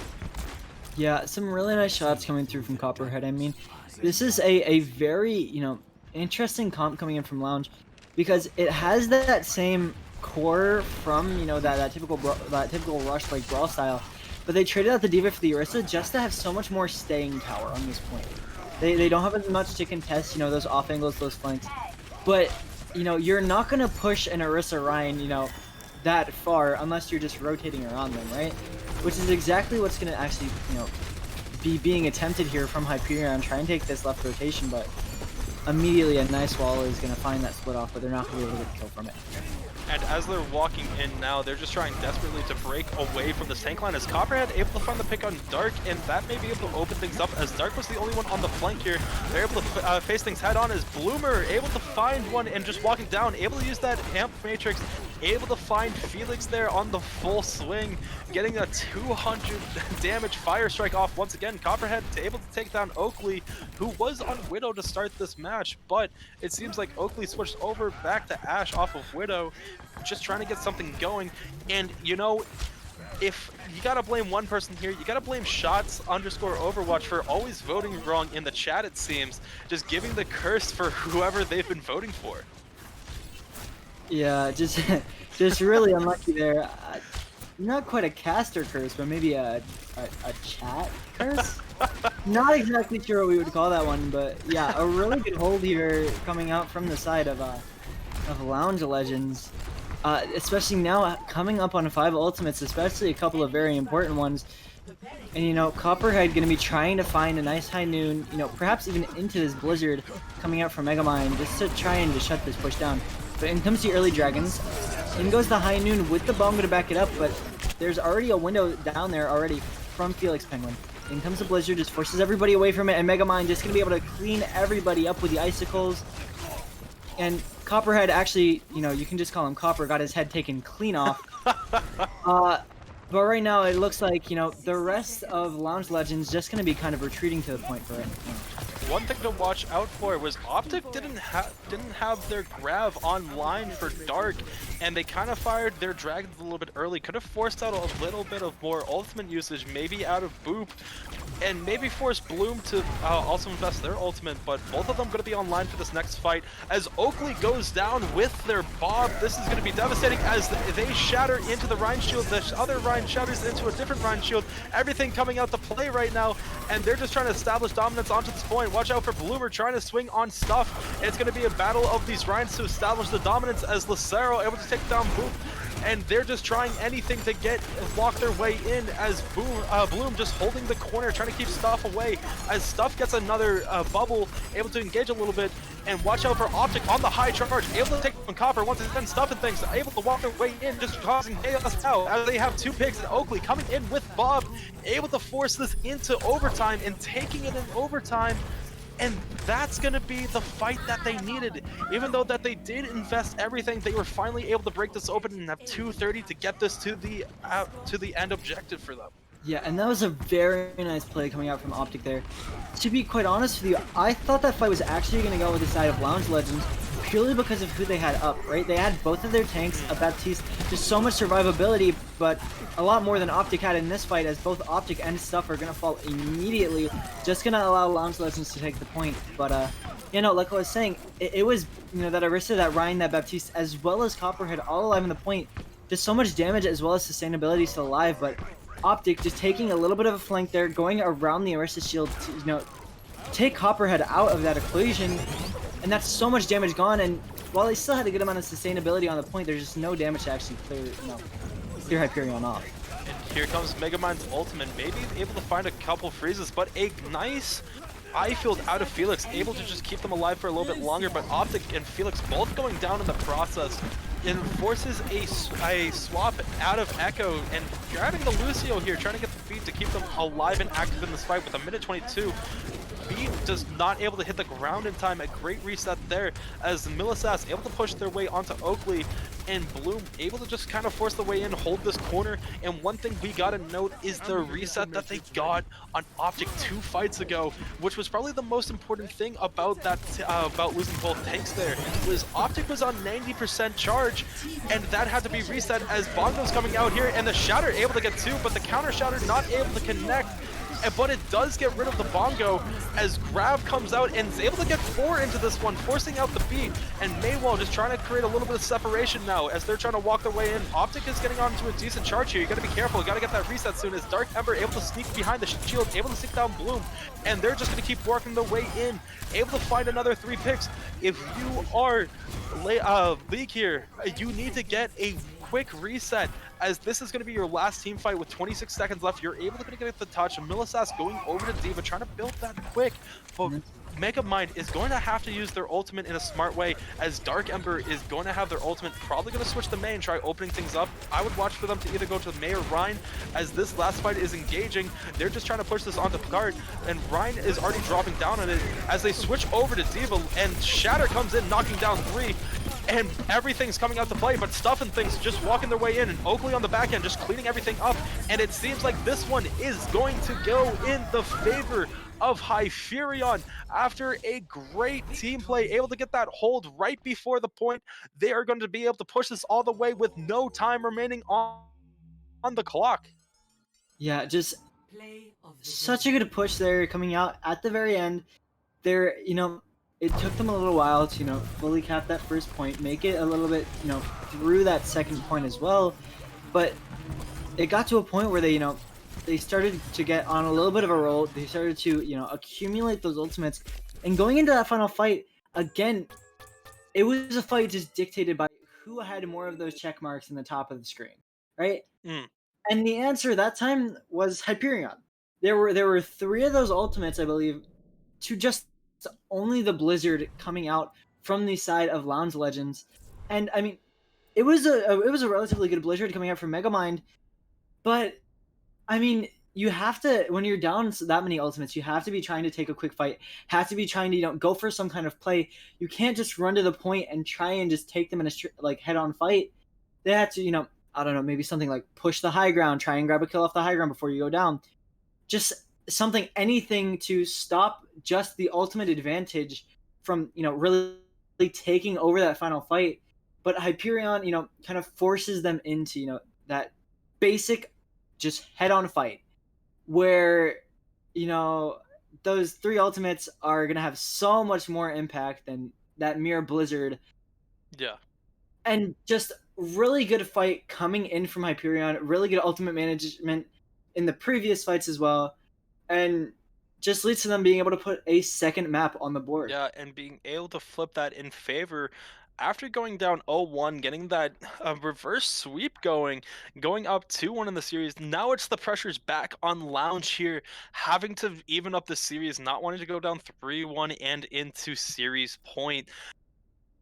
This next one, I believe, is going to be an escort map, and I believe the 3 options we have are Havana, Route 66, and Junkertown. And, I do have my favorite out of there. I love me some Junkertown, as I've just seen the craziest things happen on there. I swear, it's that map and Temple of Anubis are just some of the craziest plays that we'll see come out of that, especially from my casting side. It's been unbelievable. And that is my personal pick, but if you're Lounge Legends, who do you think which map that they're going to take, and which one would favor them the most here? I feel like they could definitely have a good shot if they take it to Junkertown, purely because one of the things which has been going right for them right now is Copperhead being able to hit these shots, right? They're setting up for him well, and Copperhead is actually delivering with a lot of that damage, being able to do, a lot with the space that his team is getting, for them. And I feel like if you take this to Junkertown, you put Copperhead on that Widow, having good snipers is everything on Junkertown. It's one of the most DPS dictated maps in the game, right? Along with maps like Havana, where having a good sniper can be so important. But the only issue that I would possibly see with them taking it to Junkertown right now is Oakley. Because Oakley has just been on a tear, especially in that Blizzard World map, just seemingly able to hit every single shot that Hyperion, is able to open up for them. And, you really got to be a little bit worried for Lounge Legends, because it feels like the main place where they're getting a lot of their hitting power from is being returned right back at them at equal strength coming out from Oakley. And it looks like they are actually going to be taking it to Junkertown. I mean, you really cannot hate this map pick. They probably have a very good idea, right? They know what they want to do. They probably want to play around Copperhead, probably going to swap Megamind onto that kind of Hanzo pick or some kind of either ranged DPS or the Tracer. But my eyes are really going to be on that Copperhead Oakley matchup coming into this one. That hit scan v hit scan on Junkertown, always a joy to see, and especially when both of these hit scan players have been really nailing shots so far in the series. It should be very nice to watch. And one thing to note is the king is going to be making his return and subbing in for Dark here. We saw the King absolutely dominant on that Pharah. Another strong pick on Junkertown, especially for the opening, as there's a lot of just aerial space that just work their way around.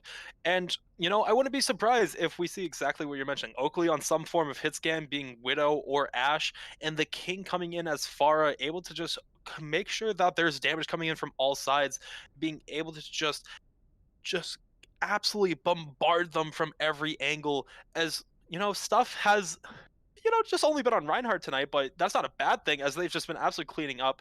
Junkertown's another strong pick for Reinhardt as there's a lot of off angles that they can play to reserve their shield. And Optic, I wouldn't be surprised if we saw another Zarya combo here, but one thing to note is how are Megamind and Copperhead going to be able to respond here as we saw them a little bit struggle with the King on Pharah when they first started off.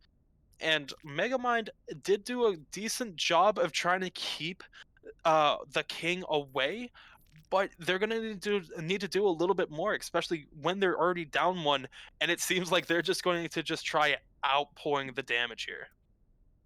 Yeah, and I feel like, if you are on the side of Lounge Legends, if King does actually end up blocking that Pharah, which, not not 100% sure about, just purely due to, who is in the lobby on the other side right now, because on a point like Junkertown first, dealing with that Pharah, I feel like if you're Lounge Legends, what you're going to want to do is probably just pull back a little bit, try and force that Pharah into that open airspace, you know, near the end of that first point for the attackers, right? Because as a Pharah, the main issue that there ever is on Junkertown is just the lack of cover. Because Mhm. while it is super open, right, that Pharah can fly around, when you're facing up against a couple of good hit scans, like we've seen coming out from Copperhead, it really is difficult to try and maneuver through a lot of that open space. So I feel like Lounge Legends probably just going to be trying to take that more defensive approach to Afara, but the King might try and predict that, might try and go for something more like a Tracer or like a Hanzo, which also locks down longer sight lines of those sniper picks.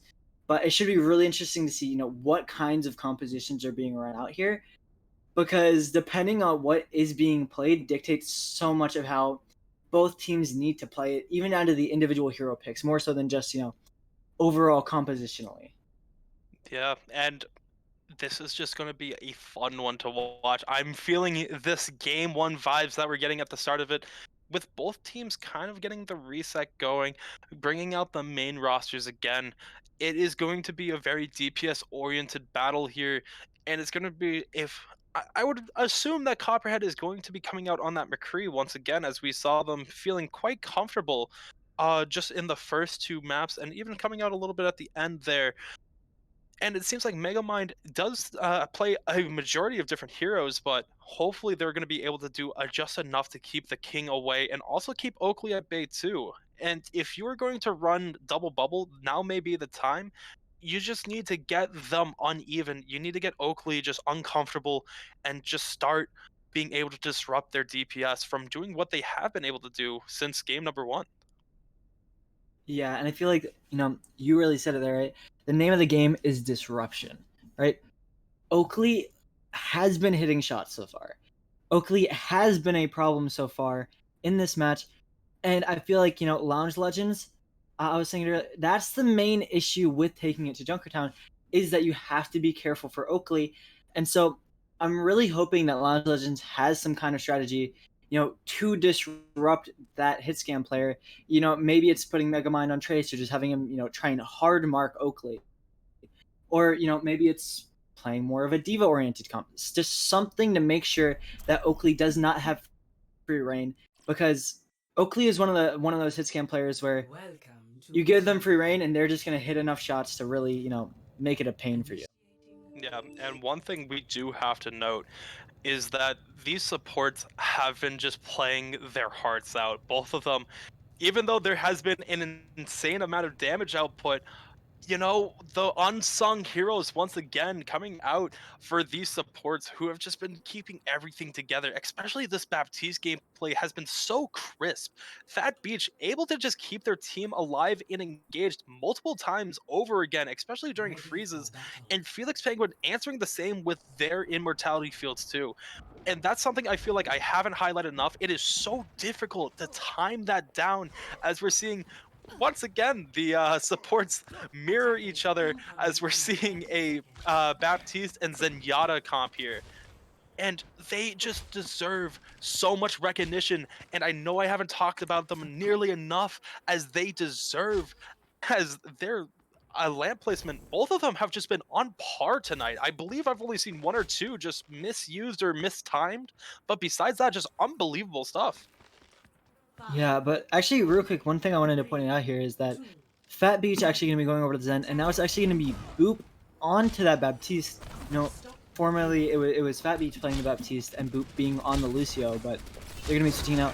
But also, it looks like their answer to try and shut down Oakley is going to be Melissa's on this ball, just kind of sending it into the backline here. Going to keep constant pressure on that Widowmaker, along with Megamind, and immediately Oakley is actually going to end up going down. Very nice dive coming in from both Melissa's and Megamind, just to take out so much of the threat here. A great choice out to just get this blown wide open as Megamind able to find the picks on Felix and working their way in now as we see Bloomer on Orisa here just setting up on point. This could get very dangerous real quick if they can't find the answer. Is Megamind just working on this backline and taking everything away, being wary of Copperhead already up top and getting the angle and getting the shot on Optic, able to clean this one up, and Bloomer able to finish this one up. And we see Megamind just working their way back down, but Oakley not just quite done yet, able to find the pick on Copper and being able to keep this at an angle if they want to recontest with only 2 on the point. But I don't think that they're going to have enough time to come on down. With 2 meters left, they're going to have to surrender it as they're just a little too late to the party. A great first pick, first push here as Oakley just trying to answer things, saying anything you can do, I can do better, finding 2 headshots on the last 3 shots and just working their way in. And Mine's coming out just trying to get a little bit of separation. Copperhead and Oakley, this is going to be a fun one to watch as we see both of them just getting these shots down, both of them very powerful on this Widow pick. And we're seeing Megamind with a very bold move, just swerving through all of them, just getting to the backline, getting a little bit of damage off, and able to escape very swiftly with their recall and trying to work their way out now as the King able to clean up Copperhead. And we're just going to be right engaging to this next fight, but the King may haven't answered this right away, finding both DPS right off the bat. This may force another regroup here as we're seeing Copper actually switch to a Genji, may going for a diving route on Oakley, but Oakley going to have sights soon and going to be able to peek through this window. And it seems like they're going to just push right in right away as Stuff is a little bit underneath with their shield running low. You got to be a little bit careful here as they retreat to the high ground using the Sigma shield to keep them up a little bit more as they go for a backline shatter. They got 2 on the ground trying to work their way in, but it will not be enough as we see Fat Beach able to get back up and use Transcendence to keep them in the fight. And Stuff, even though with a great shatter, is not going to be on the receiving end of a great play, and they are going to go down here. Yeah, and one thing I wanted to point out there is that it looks like, Melissa's is really just everywhere on that wrecking ball. It felt like that ball was just all over the map, just contesting everything that Hyperion was trying to set up. Ends up killing the Baptiste, ends up killing, I believe it was Oakley early. Oakley now actually swifting over to the Torbjorn, but in come a lot of ultimates here. King immediately able to find 2, and Oakley will find 2 as well. That turret contributing into that kill on Fat Beach, and now just pushing forward. King finding a 3rd, trying to make it a 4th, chasing this wrecking ball away, but it looks like Melissa's is actually going to be able to get out of the fight here. Going to get some extra support ult charge onto both Boop and Fat Beach. So that will be good for them, but a really nice retake coming in there from the side of Hyperion, just pushing forward with King. They use the High Noon early. Oakley comes back from the Torbjorn, able to just shut down that Tracer very well, and they're going to actually get the hold. And a very nice choice out of Oakley, able to get that stall off, going to Torbjorn for that Tracer, and it did just the job, able to get enough damage to bring that down. As we're seeing Bongo come out early, but exposed now, if they're able to get the shots off on it, it won't get as much value, but they're just going to let that go a little bit longer, and they're going to work their way in as Dragonblade comes in here, but the beat for the counter, and Stuff just did not want any of that, just fly swatting that against the wall, and he's not done yet. He's an angry German man looking for more as he's walking his way in, getting off Megamind here, and the High Noon not able to yield any eliminations here as Stuff still wanting more, chasing after the Baptiste, and you do not want to anger the big German man. Yeah, that pin was just incredible. Just that, in comes the Dragon Blade, such an important, such an impactful ultimate. And he did, I believe what ended up happening wasn't, he didn't even catch it on the first try. I think it booped the Genji back into its own path of the charge and then just slammed him into the wall. And like, you've got to feel bad if you're that Genji right now.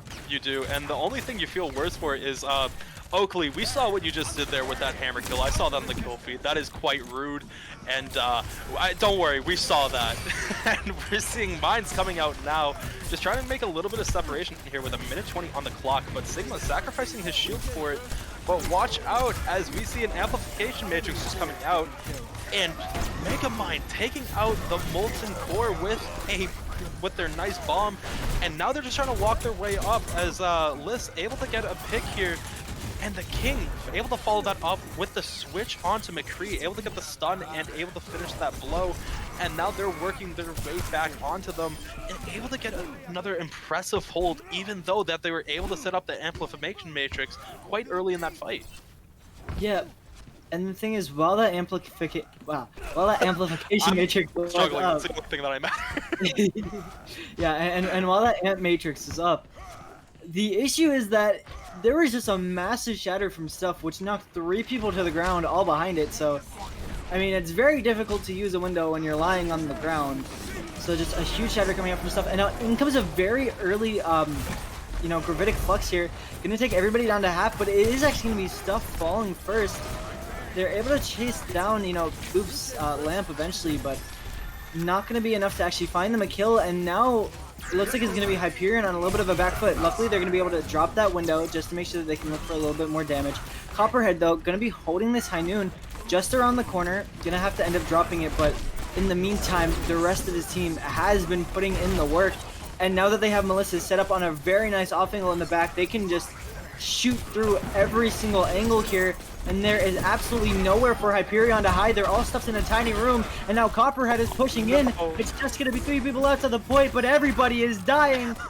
And that's going to be the point, going to the side of Lounge Legends. And if you take a look at that kill feed, everyone wanted a part of that action there, as everyone yielding their own elimination, a very well-coordinated team push, and able to get the damage off, dispersed nicely, as all of them are going to be coming up on their ultimate relatively soon. Bloomer, Melissa, and Megamind, all one swing or one hit away from their ultimate, as Copperhead can farm up their ultimate in just a couple shots here. Yeah, and you know, that's going to be very difficult to actually find a hold against, right? Like, you're just going to end up getting picked up, dropped into a shatter, or dropped into some dragons, but that's a good way to start it. The King taking out Megamind here, going to, you know, kind of negate that ultimate coming out early. But Oakley actually going to fall. Now both Hanzo's out of this fight here. That was a nice stun from Copperhead. And now King gonna actually get picked up into the air, gets dropped down by Melissa, finds the kill. Oh, but both shatters come out, but it looks like it's gonna be the MTD coming in from Bloomer, putting 3 people on the ground and just swinging through them all. And unfortunately, they had the play that they wanted to go with. And, you know, they started off not in the best of positions, going down early in that fight, starting that as a 5v6, as we're going to see Dragons kind of just hold them at this door, but they're going to be able to speed boost nicely around it, and they're going to engage with 12 seconds left with Graphitic Flux coming out here, just trying to yield something. But Copperhead coming out on top, watch out for the High Noon from up top, finding Optics, and now they're going to be working their way down onto this cart with 1 second left. They're in overtime. They cannot leave this cart, as they're just going to be cleaning up from every single angle, and they're just going to keep walking down, and Stuff is not going to be able to contest with all of the damage outpour right there. A phenomenal push to be able to cap that. That was such a nice early kill onto the Kree coming out from Melissa's. Just On the back line, just able to find a nice little orb, takes out the McCree, takes out so much of the damage from the composition, and then they're able to just set up Copperhead up top. Know that there's no real threat because that enemy McCree is already out of the fight, and able to find one onto Optic, who I believe had actually used that shift to walk back onto the point, and whose shield was broken by an earlier shot with a high noon. So really nicely played, from the side of Lounge Legends there. Just great setup for that high noon. Great setup, just throughout that entire final fight, and are able to just muscle their way through that final point on Junkertown and secure themselves the full cap. Yeah, just unbelievable team synergy there. With going into overtime quite early, like right before they got there, just knowing their back was against the wall, being down 2-1 in the series, being able to respawn the way that they did in such a high pressure situation. Very impressive coming out here and just trying to even things up, trying to get it back to 2-2, as you do not want your back against the wall 3-1, because that's just, it's hard to do that for 3 straight games after that. And knowing the situation and just being able to come out here, one pick that I want to watch out for is Bloomer coming back out on Orisa, as they've just been very, very well with their bongos, able to just get it far enough away where it does able to get a lot of different people, but not able to be destroyed just quite yet. And they're just going to kind of allow this as Oakley. I did not see this as Bastion comes right around the corner. I was like, why are they backing up? And then I looked on the cart, and that's quite the scary sight. As Bastion's just trying to set up, and oh boy, that is not the sight you want to see. As Oakley showing how Bastion just goes and just gets everything, as the King able to find the last 2 eliminations. And some cheeky stuff, just trying to be able to amount some more momentum for them. Yeah, and I mean, with Bastion, Bastion ends up just shooting so fast that it's hardly even shooting bullets, it's just a death beam at some point. And, a few too many people from the side of Lounge Legends, wandering into the path of that death beam immediately, able to find those 3 kills there. And now, this might go on for quite a bit of time. Copperhead going to be swapping over to the Junkrat, a very nice counter, able to put a lot of damage onto that immobile Bastion. But, I mean, it's just so hard to shake a Bastion off this cart, especially after losing that first fight and having ultimate advantage go towards the side of Hyperion. Yeah, it seems like they're just going to keep the pocket on Bastion too, and I do not blame them, as they're just melting through shield and just melting these corners, trying to keep them honest. They haven't really gotten a real contestation on the cart yet, and you can't blame them with this amount of damage. As a team effort, able to wipe this Bastion, but watch out for List, able to get the dangerous res there, and Oakley is going to be able to get right back into position, as Dragon's coming out on the flank, able to find 2, and that should be this team fight once again. A well-placed ultimate out of the King, showing him why he is the King. Yeah, listen, the King just absolutely popping off throughout that fight. Early on there was a little bit of a mistake from Optic there, letting themselves get dragged too far away from the cart, trying to look for a fight, and letting that Bastion die while that shield was still alive on the Sigma. But they were able to pull it back. An amazing res coming through from this Aru, as well as just the Dragon placed perfectly, not only just to find those 2 kills, but also to buy time for that res, for them to get that Bastion reset up. And just some really nice plays coming in there, able to pull themselves back from a little bit of a detrimental position. They need to stop this cart, as it's just keep marching at 5:20 on the clock. They are just going to walk right through that Dragons, but able to find the last kill on Oakley, as Liss trying to peel, trying to keep people alive. The King trying to make something happen out of nothing here, and they get the res on Bastion. Watch out, as they're only down 1 now, as Melissa accidentally going down, I believe, to their own rocks, and this could be detrimental here, as this is an even fight, as the King finds a pick on Mega Man. And how have the turntables turned, as this is just going to be in favor for the King, and Oakley going to be able to reset up here, as they're just going to come right back down. Great play out of List to keep them all alive and keep them active. Melissa able to find the pick on King though, but one person to keep an eye out is that Bastion, who is trying to set up now, and they're just trying to keep everything from him setting up, as Oakley just trying to play the angle game, and Junkrat just trying to keep that away, as we're seeing Ultimate come out, trying to get on the high ground. Tire going to be trying to counter that, but Stuff has other plans for that Tire. A nice Nice cancellation there, and Dragon's just forcing people off the high ground here, but Mega Man still going to be able to get the angles, and be careful now as this is anyone's fight halfway through it, as Shatter comes out, knocks over 3, but the pill is going to go unstuffed. Melissa able to save the day, Johnny on the spot, but the King trying to get something going, finds the elimination on Arissa, walking their way in. 4 minutes still on the clock, and they only have Melissa on the point.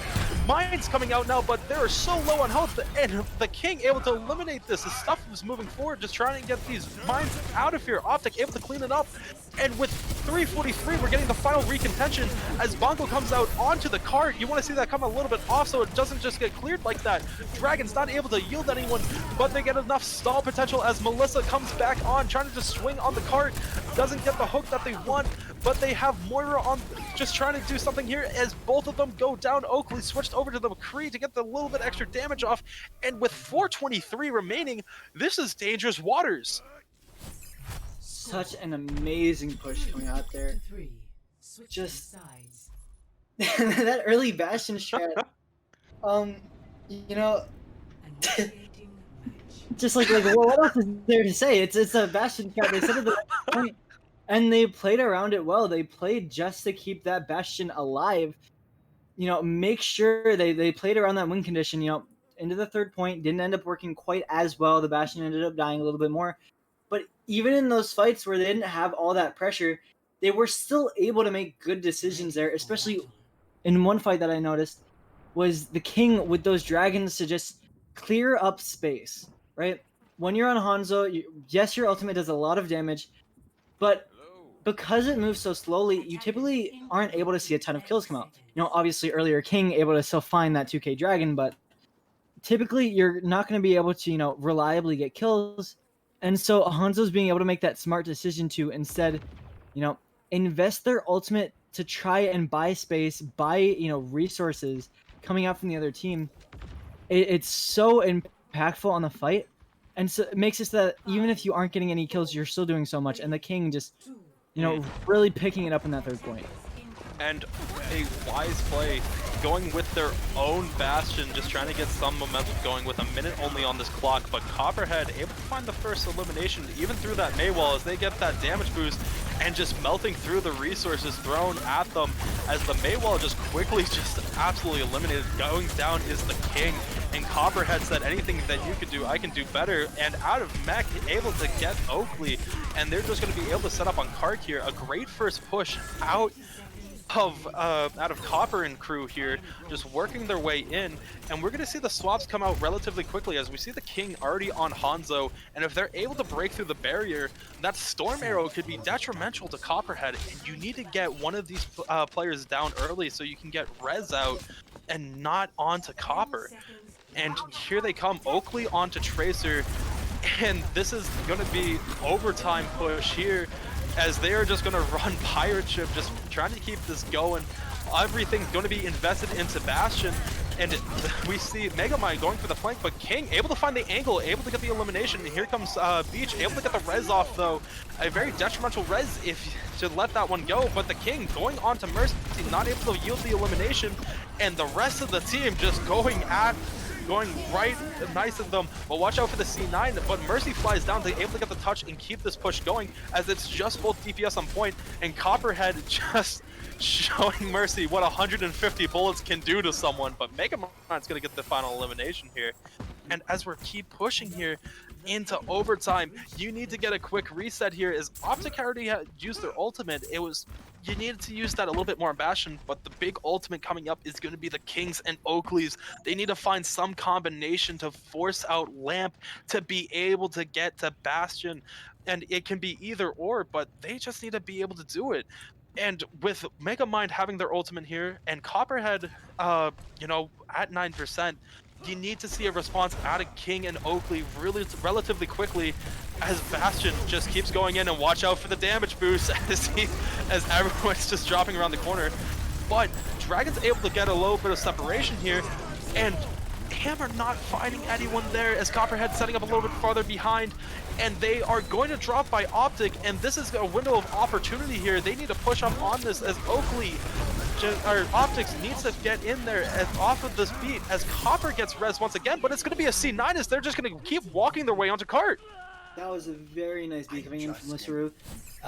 Realizing that there aren't really any offensive ults still left up from the side of Lounge Legends, realizing that they can use that beat aggressively, they can use it to push instead of just having to use it as more of a defensive tool.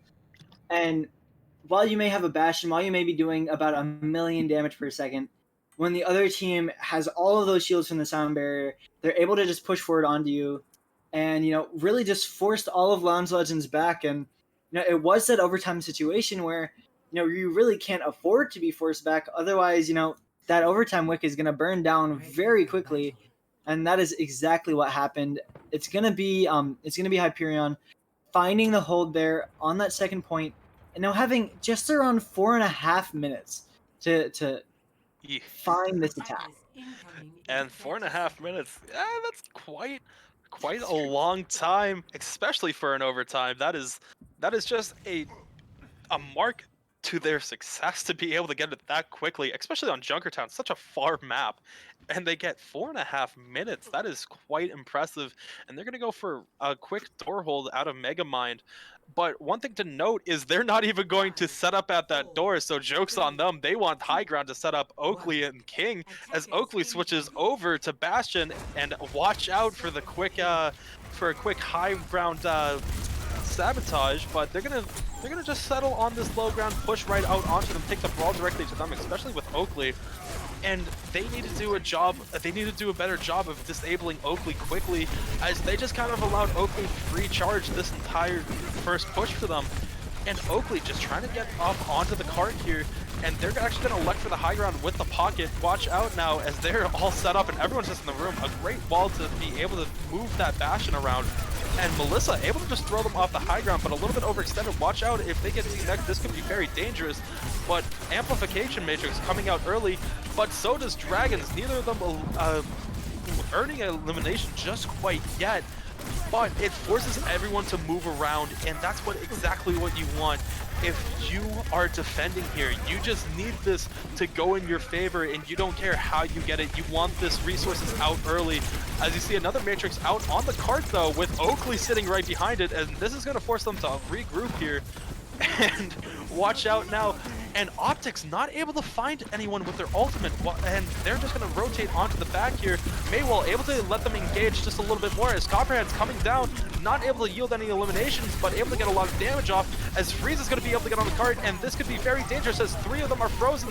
And this is exactly the defensive ult that you wanted, able to shut down everything, as Megamind and Melissa able to just walk their way in. They res Fashion, but this is going to be to no avail, but they used Shatter to just try getting something going. But Oakley able to get the final elimination on Bloomer.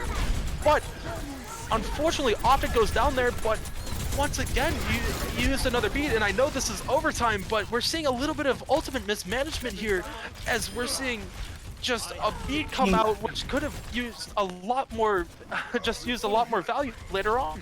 Yeah, the King grabs too, and while it might be, extra round, it actually is not overtime. There's still 2 minutes 30 left. You're gonna want that beat right now, especially after the King is able to pick up 2 kills here.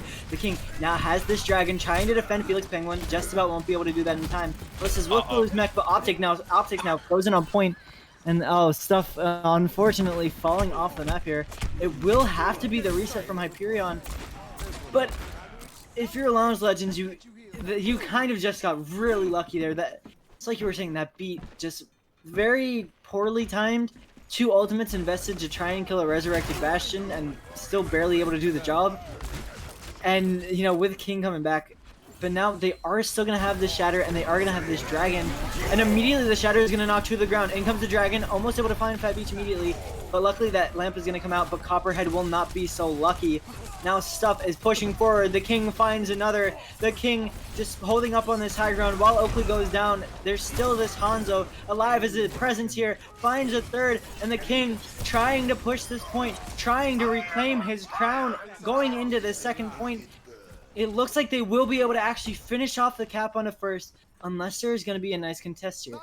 It looks like they might be able to get the D.Va back into the point if they really want to, but actually, no. It seems that the D.Va would be just a little bit too late.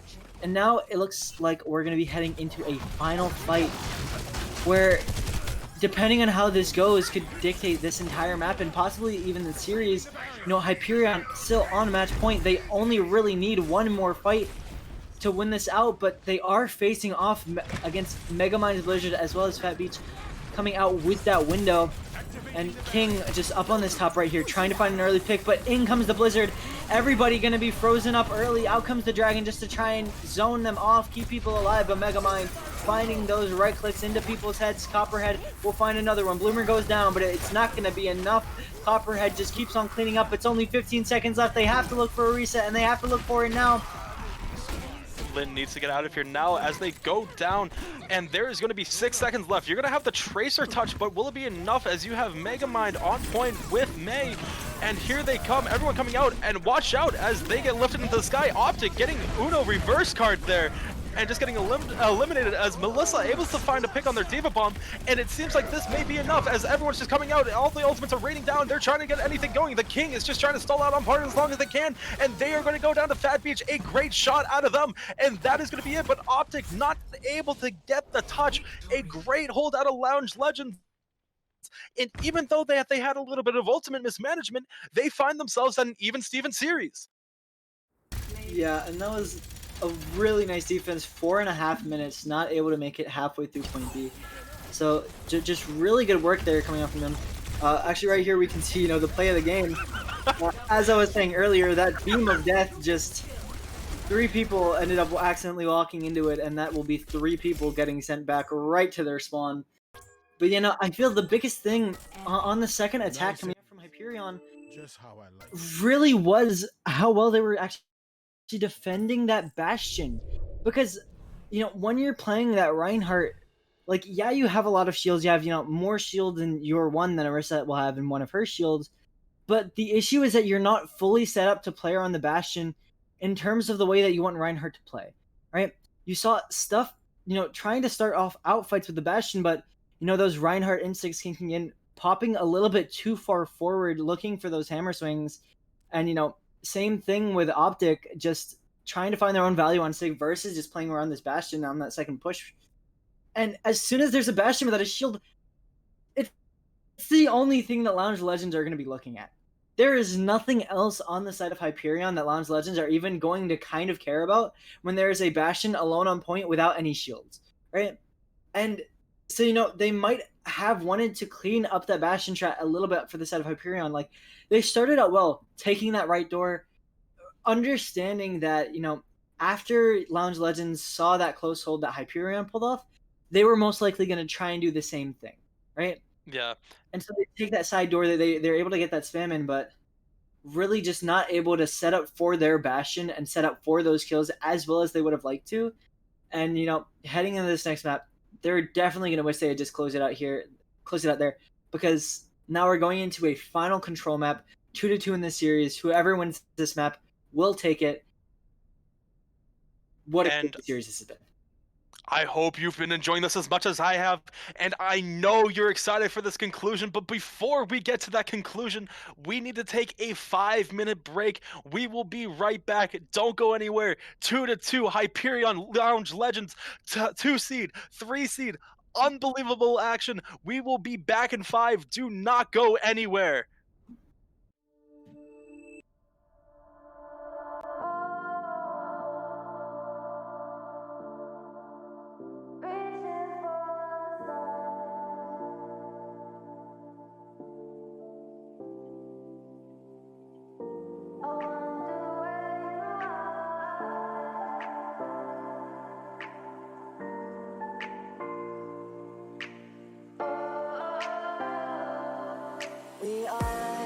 We are dreaming in the dark. We are nothing more than dust.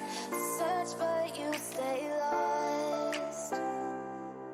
We are reaching for the stars, but we're making this too hard. And I wonder where you are. Mysterious, that's the part you always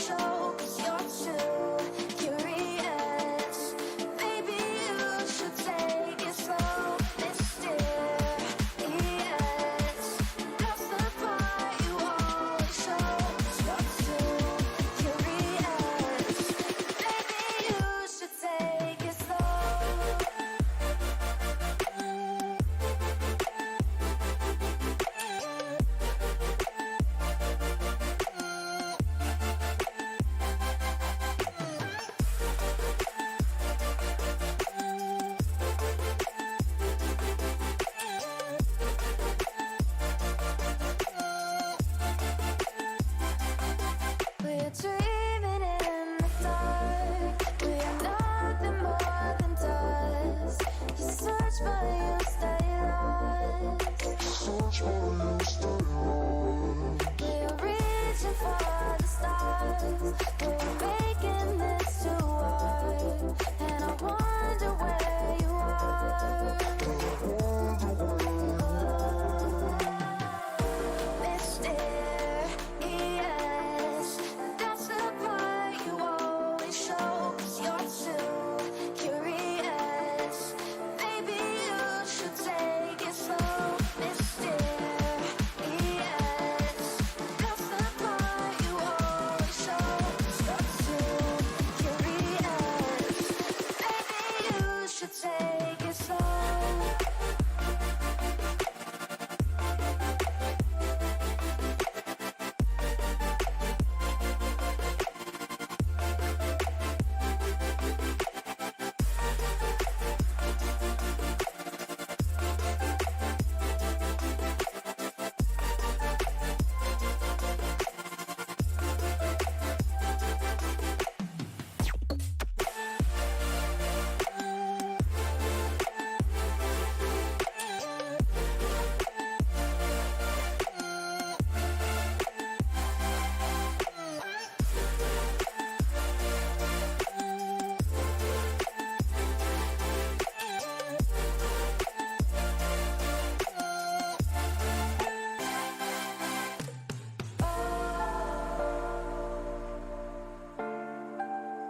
Reaching for the stars.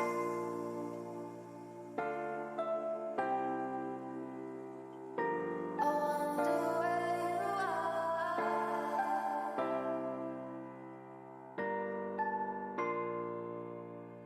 Oh.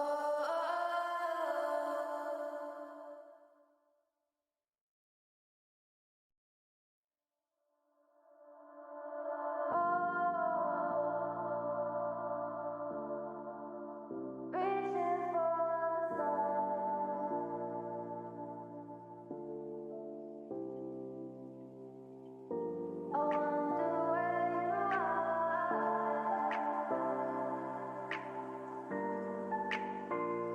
I wonder where you are. We are dreaming in the dark. We are nothing more than dust. Search but you stay lost. We are reaching for the stars, but we're making this too hard. And I wonder where you are. Mysterious. That's the part you always show. 'Cause you're too. Welcome back, everyone. I told you not to go anywhere as we're moving on to round 5. We have Busan, which is going to offer some great gameplay as we saw out of Lijiang Tower. I am so excited for this. We've had a great series, 2-2, best of 7. This could go anyone's way as we've seen Hyperion and Lounge Legends shifting the tides of war, and now they're trying to get the leg up for that 3-2 series lead. What do you think's gonna happen? I can't even make my mind up about which team's gonna take this one. Kill Switch, I'm gonna pass this on to you, so you have the responsibility of thinking who's gonna be favored on Busan. Well, really, just looking at Busan as a map, I feel like it might be just slightly more favored to Hyperion, just purely based on the maps that Hyperion has won so far in this series. It's been a lot of those more brawly maps, which is what we're going to see a lot on Mecha Base, as well as Volskaya, which, if I were to relate it most to one of the points in Busan, I'd say it's probably a little bit more like either Downtown or Sanctuary. And so I feel like Hyperion could have a good chance, taking a couple of these maps. Lounge Legends, just looking, that past map they won off of, Junkertown, they used a little bit of a Bastion strat for a while, a lot more of that very long range type stuff, which, obviously can also work on Busan. Busan, a very versatile map. But if I were to place my bets on someone winning, Busan, I would definitely put it on Hyperion so far. Just watching, especially, in that last map, Felix, Penguin, King, as well as Oakley, all just really putting on quite the show right now. And I mean, Fat Beach, not one to be outdone, also putting in a lot of work on that support, uh, as well as Melissa's and Megamind doing quite a bit. But it's definitely going to be very interesting to see which one of these teams is able to wrestle out Busan and put themselves on match point in this series. And just to be that caster, I'm gonna have to go with Lounge Legends. Number one, just to spite you and get some controversy going and have uh a little bit of some counter picks going. So I just gotta go with Lounge for that fact. But also, I think they're gonna ride this momentum that they just carried on after that phenomenal hold that we saw out of them, able to just come back with their own Bastion strat, and they're swapping in Skriz now, who we haven't seen come in just quite yet. So if we see a double bubble or some dive come up, this is where I think we're going to see it, as Skriz coming in for tank out of Bloomer, who had been predominantly on Reinhardt. They may be switching completely away from Reinhardt, as Bloomer is actually going to be coming back for Melissa. So we may still be seeing some form of new dive, maybe not Diva. My gut always goes towards Winston, because that's one character we haven't seen too often, who is still pretty good in no matter which meta. He's still very good for diving, and that would be a great counter pick for Oakley, who's going to get on this high ground. And there's just so many different high ground opportunities on all the Busan maps, so it wouldn't surprise me if they ran some form of dive here. Yeah, it definitely will be, interesting to see what Skriz is going to play. Coming in for the first time in this fifth map scenario, right? Score is already 2-2, relatively high pressure situation. It should be very exciting to see, how these players are actually going to perform, getting subbed in right now of all times, right? So definitely going to be interesting to see how Skriz is going to work with Bloomer to, try and help Lounge Legends really get themselves a better grasp on this series, I should say. Um, And one thing to also note, I'm sorry for cutting you off there, but we have another last second switch. We're actually taking Bloomer back out for Melissa, and now I really do believe we're going to see some form of double bubble with their Reinhardt main being sidelined for Busan here. yeah, it definitely is interesting, especially seeing them swap Melissa's in and out with Bloomer. Not sure whether that's just them having two different decisions of what they wanted to go with, or whether it was just they said the wrong thing in match chat by accident. But it should definitely be exciting to see what kind of comp that they're playing, because like we said, Skriz coming in for the first time here. Not exactly sure what they are going to play, and if you're Hyperion, you really have to be watching out, because bringing in that new tank player, even if they're just playing the same compositions, brings a whole new play style to the enemy team, which you have to be careful of. But so far, it looks like Melissa's actually going to lock in the Wrecking Ball right now, and Skriz going to lock in the Sigma. They're going to be running with this Sig Ball composition, which was very hard meta just a little while ago. Typically played with a Zen, but it looks like they're going to be opting for the Ana instead here. Just playing to set up that main core of the Kree, Ana, Brig, and Sigma, as well as that dive squad of the Ball and Tracer. And we do see a double bubble, just not off of the side we expected. Stuff and things going over to Winston here, and going to be trying to get a little bit of damage off onto this backline. Watch them trying to go for this backline of Boop, as that's going to be it for Boop right there. The dive and the King following it up, being able to just take that out right away. And Oakley going down now, trying to keep this a little bit even. And for this first fight, we're just seeing Melissa just coming in and just knocking people around, but the King coming back dangerous and finding two on their beam, able to clean that up. Double damage, of course, for under half health heroes. And Melissa just trying to work their way onto point, just trying to get a little bit of stall going, but Megamind also going down. This is going to force them into a retreat here. Yeah, and that was just some pretty beautiful positioning coming in from the King. Stuff and things, goes for that early engage, jumps in, is able to draw some attention, and the King is immediately just flying up close enough to look for pressure, close enough to look for those kills, but not too close where, the King is actually any kind of threat. Able to find that first one onto the McCree, chills back for a little bit, comes back and finds 2 more, but now that's actually going to be Copperhead taking out Oakley very early, but in comes a massive Bionade in the backline. Optic able to take out the Brig, and now both healers will be going down as the King is able to actually take out the Ana. And now with the Sigma and McCree going down, it looks like this is going to be Hyperion's fight, and even though Megamind is able to take out the King on the retreat, that will be rezzed up immediately, and that's going to be the fight going to the side of Hyperion yet again. Yeah, and once again, just absolutely superior positioning coming out and stuffing things, and Optic showing why double bubble is super dangerous, but Copperhead finding the pick on Liss here. This is going to be dangerous as they only have Felix up, and watch for a quick dive onto Felix as we see all of them just investing into this fight, knowing that they need to get this flip going soon, as Skriz, Copperhead, and Megamind all getting a piece of this action and working their way onto point. It is just Oakley here, and with a lot of CCs is not going to be able to see the next fight there. Yeah, and now there are going to be quite a couple of ultimates up on the side of Lounge Legends here, with Skriz having that flux up. You're gonna have those Wrecking Ball mines up. You're just gonna have so much here, and Pulse Bomb as well. Don't let me forget that one, as it's immediately stuck on a Felix Penguin, and that's gonna be taking him out of the fight for quite a bit. They're gonna have to wait those 10 seconds for that respawn. And now Felix Penguin will be heading back in, and they can actually look for an engage, but there's still 3 ultimates up on the side of Lounge Legends right now. And that rally is looking very scary just to keep everybody alive throughout the entirety of the dive. But one thing to keep in note, if they use Rally, Optic is going to have their grab soon. As Rally's going to come out now, Optic needs to farm up this grab to be able to put this at bay.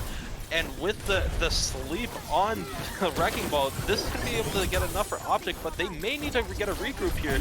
But the res on stuff keeps us alive as the thing is working their way in, able to find the headshot, and trying to do everything themselves as they find 2 eliminations here off of a great switch, and they're going to be able to take this off of a sleeping Megamind there. Not just quite yet, they got to finish this one up as Megamind's just dancing around trying to stall this out as long as they can, able to get this up to 69%, and able to just get a nice stall going. And this is where you got to be worrisome, because this is last fight potential for both teams, as if you get staggered here, it's not going to look pretty no matter what, as they're already at 85%. We're going to see an aggressive push out of Lounge here. And watch for Skriz's ult. Skriz is going to be making or breaking this entire push as they're working their way onto point. 95%, they got to get something going. And everyone just kind of walking around it. What is someone going to... Someone does get the touch. I didn't see the touch at first, as we see Copperhead able to get one. Skriz able to just lift everyone up and getting the nano themselves, walking onto point. And Melissa just causing a little bit of trouble for this backline, but a huge anti-nade, able to get a little bit of momentum going back in their favor, but it won't be enough, as that is going to flip it 71%, and look for this to be the last team fight. Yeah, and I mean, to be quite honest there, I feel like a lot of that hinged on the fact that Stuff had to go earlier with that nano boost. They had to send that Winston in just a little bit earlier in rotation, send it to a little bit of a better spot around the corner. And a nano boosted Winston when there's no rally on the enemy team just does so much damage into them. But unfortunately, jumped in a little bit late and had to just kind of hide around a corner for most of the nano boost because the bubble was already used. But now going to be looking for a little bit of a better dive. The King already able to take out Megamind, and now the presence on the point is already going to be established. The King going to be able to find a second one on the Melissa's, and now Stuff heading into the backline, using that Primal Rage, trying to knock Copperhead all the way off of the point, and is just going to be chasing down the McCree, and now it will just be the McCree and the Tracer alive so far. McCree will fall. Megamind still has no recall right now, just trying to get on point, trying to stall up for a little bit longer for this ball to get back in, and will live just about long enough, but Melissa's does not seem to be long for this world, as they are already antied and will die almost immediately. And the King just putting on quite the show on this Echo right now. Being able to just do so much. One thing to note is I'm pretty sure may go all 7 games. This is quite back and forth. That being as back and forth as you can get, 99 to 100% with the flip in there. This is just as even as it gets, and you're just watching prime time Overwatch 2 and 3 seed duke it out to be able to move on here. And if you are Lounge, you're going to start feeling the pressure a little bit back against the wall after that first that first map loss, and you're seeing a little bit of Ryan Zari come back, come to a little bit more traditional brawl, but Optic is going to answer with their Ryan Zarya as well, with Oakley going on McCree, and they were just absolutely deadly just on hit scan. And watch for them to get a quick pick here as Copperhead is trying to do the same for their team, setting up on the right side, just trying to get a flanking angle, but now regrouping with the team as both Reinhardts are engaging here, just trying to work their way in, trying to get anything going. The Ryan a little bit walled off from the rest of the resources. Wall going down now though, as Melissa going down off the flashbang, and Optic just trying to clean everything up. And this one, after a great final push on the last map, is going to be a great cleanup there for Hyperion, and that should be this first fight win.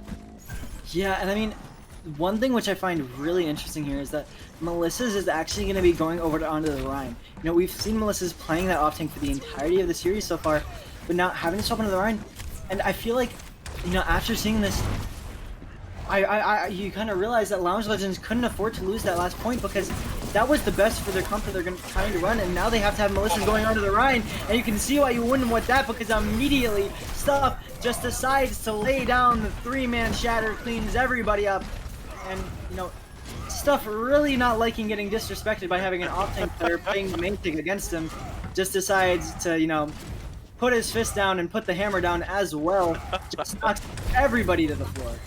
And an unbelievable heads-up play there, able to knock 3 onto the ground. One thing to keep an eye on is Optic now has their ultimate online. This should be able to help get Stuff back to their ultimate by the mid of this fight, as they're just going to take this fight underneath. A great stall there, as they're actually going to go around and finds the... Actually does not connect on the shatter. I thought that they would be able to find it there, but the grab able to bring them all together and team harmony, but not in the best of ways, as this is going to be another team fight for Hyperion. And I really just want to point out the plays from the King there, because absolutely insane on the Mei. Immediately we saw, you know, Melissa's jumping around the corner, trying to find that shatter, you know, off the flank, and would have hit King, but King immediately able to use that ice block just in reaction to that shatter, blocks it, and then drops the blizzard, which just kills absolutely everybody. What great patience we just saw there out of the King. Able to get the Ryan all by themselves for a little bit. Not able to find the final elimination though, but now walking their way into their backline. Able to find one pick as List, able to find another. And we're seeing Blizzard come out on their side and able to take down Stuff, and they're just trying desperately as there's 95% on there. Someone needs to get the touch going as they finally do. Megamind able just trying to get themselves engaged, trying to help out their Reinhardt on point. High Lamp coming out now, and here comes all the resources available from both sides, just trying to keep this one going as B comes down now, and they're pushing their way onto point. They do not want to surrender just quite yet. They know how serious this is as Reinhardt gets frozen once again. Stuff goes down, and this should be their team fight, and they are going to try the 99 reverse sweep here. Yeah, but it sure is going to be difficult because you are facing off against a couple of good ults coming out from the side of Hyperion. While they do have a couple of ultimates themselves, we've seen the things that Stuff can do with these shatters, just being able to lay down the entire team on the ground, and especially when you have a window backing up the damage for it, it's going to be absolutely devastating if they actually allow too many of their members to, you know, get caught up in that. Now it looks like the push is going to go in early. Actually, out comes Melissa's shatter. It's going to go a little bit under the grab, and there will be a trade immediately on supports, but Oakley able to find two, but Melissa's trades are right back. Optic now able to take on Melissa's. The King finds the nice headshot onto Skriz, and now it's just going to be the Tracer alive on the point. Copperhead just trying to dance around, does not want to give this point over, does not want to let them get the cap. Boop, able to get back very early on this Lucio. Is it going to be able to go in, contest just for overtime? But looks like Boop might actually end up going down here very early. Skriz is here, but in drops the Doomfist of Megamind, but is going to get stunned up midair. Won't be able to find a kill just yet, and will actually end up getting sent right back to spawn. Skriz, though, luckily able to find the King. Not going to be quite over just yet, but in comes a nice little shatter from Melissa's. Will actually end up falling, though. Out comes the grab, actually able to catch 3, gets the Tracer in it, and Oakley just gets all of the follow-up. Boop is actually back into the point, but that Lucio will not survive very long with everybody shooting at him. And now that is going to be Hyperion taking this third map and putting themselves on match point. A great just a phenomenal push out of Hyperion there, able to put their foot on the gas and once again put the pressure on for Lounge here. After taking the 1-0 series lead, they have not led the series after the first map, just coming back in a great team effort there, able to clean everything up. A Grav and Freeze just keeping them all together and just working their way in. And Busan is going to go in their favor as we're going to map number 6. But as we've seen, Lounge has this bend, don't break mentality. We're going to have to see it come out one more time. And then if they're able to do that a second time, as we're going to game number 6 with Hyperion with the 3-2 series lead. Yeah, and Hyperion gonna look to, just absolutely step on the throats of Lounge Legends here. Do not want to give them any kind of entrance back into the series on this next map. Hyperion is so close to being able to finally take the series win. It's been such a close match so far, but Lounge Legends, like you said, not willing to give it up just yet. Still are gonna want to just keep trying to fight and just try and wrestle this series back into their own control, but it definitely is going to be an uphill battle. They're going to need to actually win 2 maps in a row, which they have not been able to do yet. So it's definitely going to be quite the task for Lounge Legends to actually pull this one back. But anything is possible in this series. Both teams have been pulling off such incredible plays. But real quick, I do want to make one quick comment on something which I actually saw in the chat, which was, some people in the chat were talking about that Ball Sigma comp, which was actually coming out from Lounge Legends on that first map. They were saying that they kind of don't understand, why you would opt for the Sigma with that Wrecking Ball. So, real quick, just to break down what that composition really wants to do, the reason why it's so strong, and the reason why it was so strong, it was the hard meta for a little while, is because you have such a strong core of damage coming out from, one of your DPS. You put a Sig there. Typically, it's a Zenyatta. In this case, it was an Ana, though.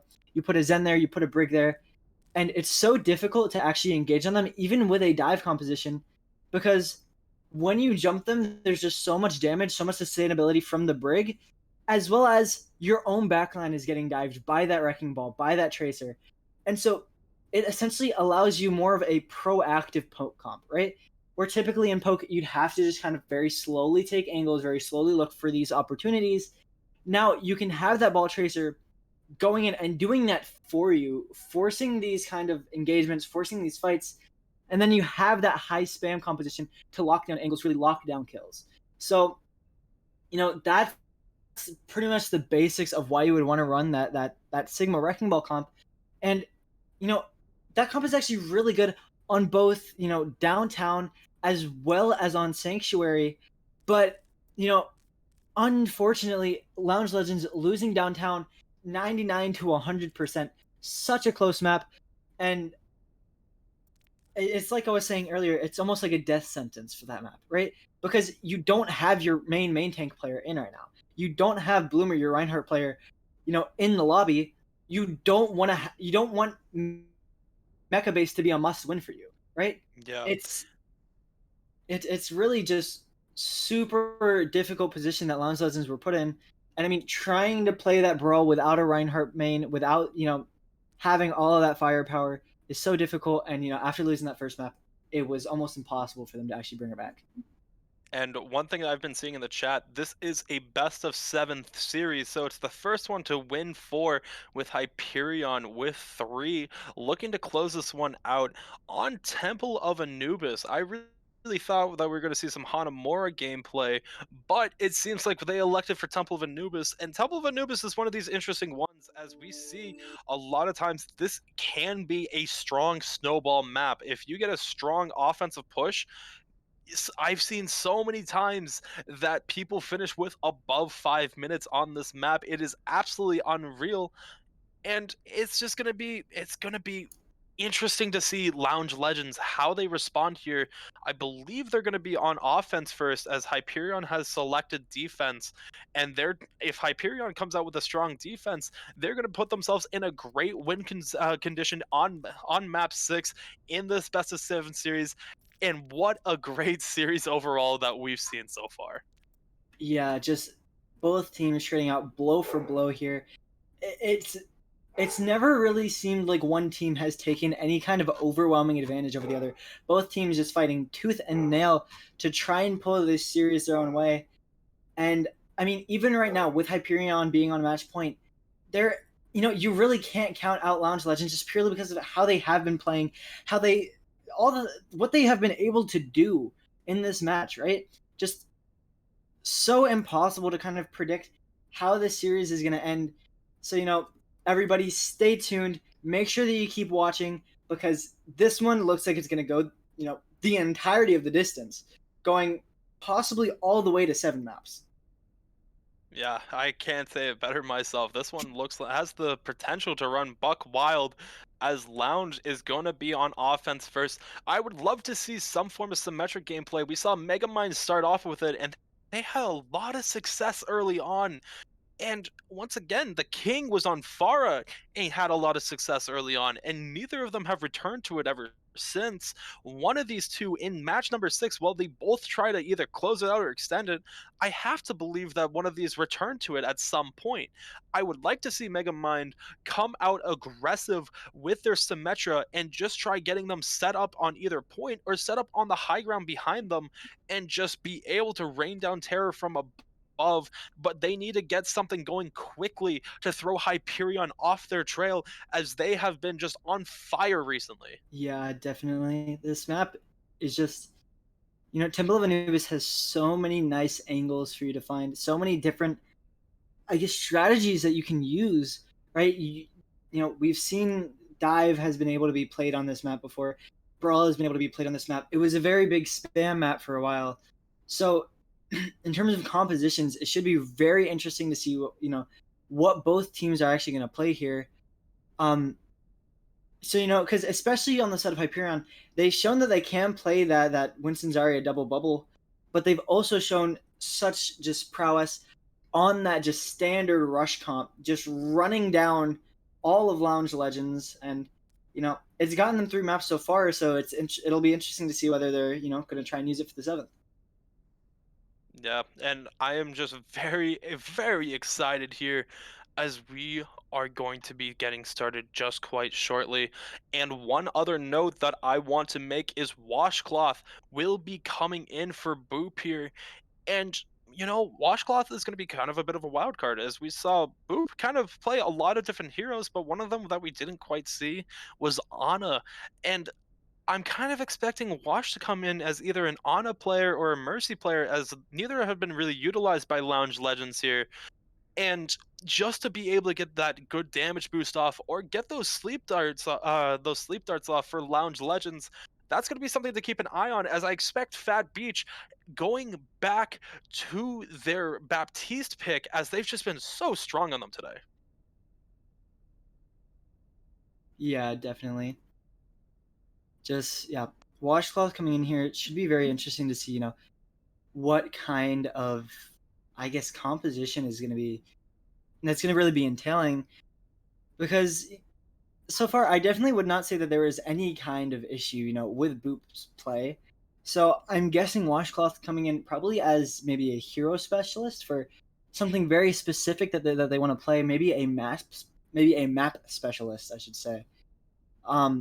Because yeah, Boop has been having quite the game so far. Or maybe as always, it could just be player fatigue. So, I mean, it should be really interesting to see what Washcloth does. And again, it's another one of those substitutions where, I mean, you really have to feel the pressure, right? You lose this map, that's the series over. That is you out of the playoffs. It's just so much pressure to put on a player who you're only subbing in for this final map, right? Like, Washcloth, it's, there's a lot riding on his shoulders because, I mean, he wasn't even able to influence the other 5 maps that have happened so far, and yet is in this game where if you lose this one map, it's just over. So definitely a stressful situation. Should be interesting to see how Washcloth actually is able to deal with that. But we will also be seeing the compositions in just about 1 second here, as it seems Washcloth's just going to be playing the Lucio so far, and it looks like maybe more of a grind ball being locked in from both teams. Not quite sure about that. Okay, Did you go to the Zar? I thought the That was same scary. thing for a second. I thought that was quite interesting, but one thing that we might be overlooking with Washcloth going to Lucio, they may be playing more of an assassin role and just going for those quick eliminations, kind of like that Frogger-esque style that we saw him make very popular, especially at the higher levels. And you gotta assume that something is going down here. If they're going to switch over to Washcloth, they may just have the clutch gene here, but it's gonna be interesting to see their playstyle. Yeah, but it looks like it actually will be the Rhine Ball for the side of Lounge Legends. But it should be interesting to see how they play this. They're probably going to try and send Melissa's up to this top side. Try and force Felix Penguin off of this high ground. Maybe look for a pick on the Baptiste. But right now, you know, they've just actually had the whole team rotate up there. They're going to be playing off the high ground. They're going to have to drop, though, because they don't really have much poke. It is very good, though, to get out of the, you know, get above the Junkrat. So you're not just getting mines rained down upon you. But like I said, eventually they will have to drop, and there will be two of them going down already. Bloomer and Washcloth both going to get sent right back to spawn, and another concussion mine is going to send Melissa's right back there with them. Optic just cleaning up the fight here on the Zarya, getting, you know, the last 3 kills, and very nice defense. And you can see the King already up to almost 80% on that rip tire. And I swear, the King is listening into this, to our calls right now, and just said, oh, just because they're on high ground doesn't mean I can hit them.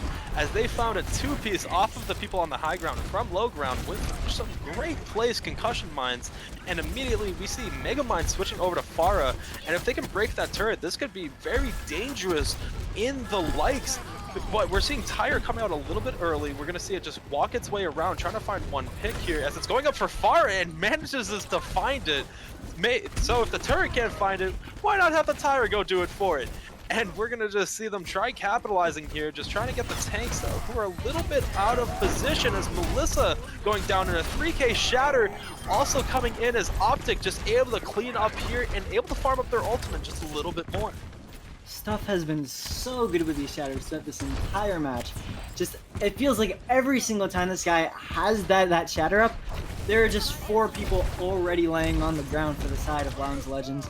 And I mean, on top of that early tire, you know, King essentially saying, oh, we don't have a hit scan yet?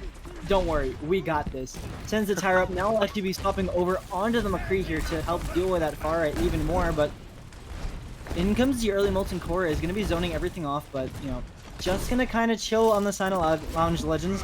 Don't really want to push into that Molten Core.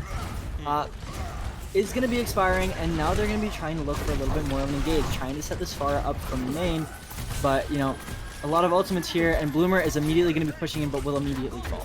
And Optic with a great grab here, going to be able to engage their Reinhardt, able to farm up their ultimate all the way up to 70% once again. And Megamind just going to be trying to get away with their ultimate at just up right now. And the King doing a great job keeping Pharah at bay. Already at 90% themselves here, and with a minute left, this is the defense you wanted to see out of Hyperion, trying to make the statement, trying to give themselves the win condition here on map number 6. As we're approaching last team fight here, they're going to be looking to go through this room once again. Not the greatest of choices with a lot of spam here. And with Ryan about to have a shatter, Ryan with shatter online looking for something to come here as they are going to push right past it, able to find another big slam and working back on that backline, finding 3 picks on their own and stuffing things, trying to put the exclamation point on this series. Oh my god, Stuff. We were just talking about him. Every single shatter, not one of them has been whiffed so far. Mike just walks forward, sees the window, realizes that Bloomer's gonna be looking for that fire strike, and the second that ability is activated, you just hear the hammer down call coming from Stuff, knocks 3 people down, but that doesn't look like it's gonna be the end because Copperhead is actually Penguin. Out comes the big grab. Copperhead. Third. They're looking for a third onto point, and they're working their way in. Megamind with another 2K, and they're going to be able to get this one. It is not over yet, ladies and gentlemen. If you thought that was going to be it with 10 seconds long, you would be wrong. I would be wrong, and they're making a phenomenal push out here now, able to cap it with 0 seconds remaining, getting another 3 minutes on the board and trying to extend this series just a little bit farther. Copperhead with a wise choice on the switch, able to find 2 picks to start that all off, and Megamind coming in from behind and blowing that wide open for the team, and Bloomer and coming in with their ultimate with Melissa switching over back to Diva now, and they're just trying to get a little bit of sights here. They see that Doom is online, and watch out now, you don't want this Doom to be caught on the side, and they fall far out of the sky. A great play by Dark Ember, and now this is going to stall them out just a little bit. Down a Mercy.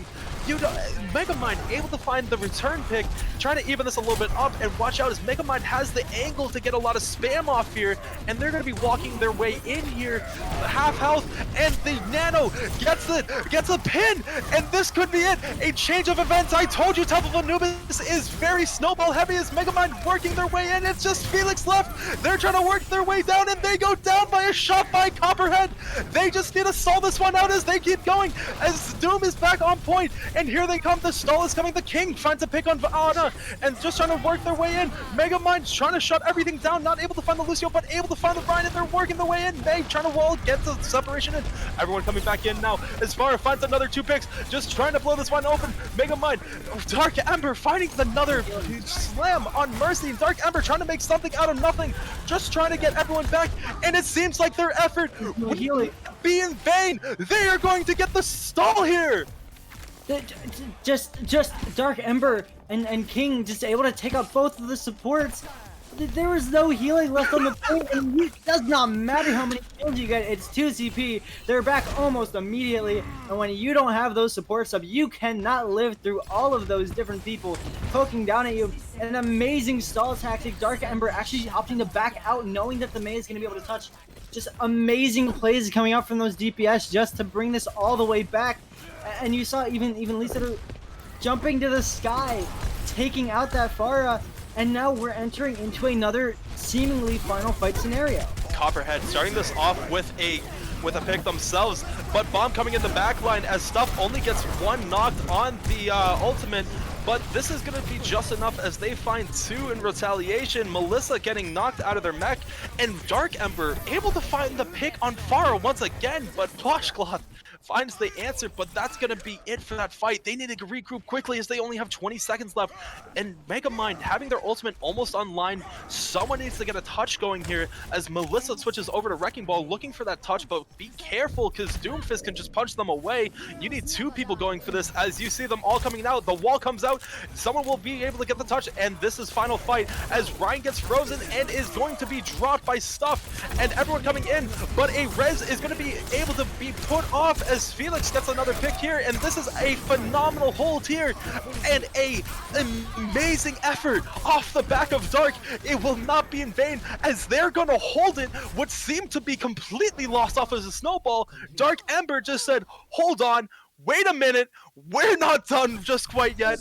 Just like how they came down on the first point, Lounge shut down after shutting down the Hyperion, and what an incredible way to kick off game number 6. That is insane. That is just incredible. Like, my God, I remember earlier you were talking about when we were saying how Washcloth was getting subbed in. You said that Washcloth might have that clutch gene, but it seemed like Copperhead was the one with the clutch gene, finding those nice 2 picks to break open that first point defense. But Dark Ember really did not want to just lose. Did not want to lose, right? Both of these DPS on both sides just not wanting to give over this map, not wanting to give an inch, both pulling off an amazing clutch in their own right. And now there is a set win condition for Hyperion, not just for this map, but for the series. It takes 1 point and 40.3% on the second, and that's going to be Hyperion taking it away today. They are so close. They are so close to actually winning this. They are so close to just, being able to move on to the next round.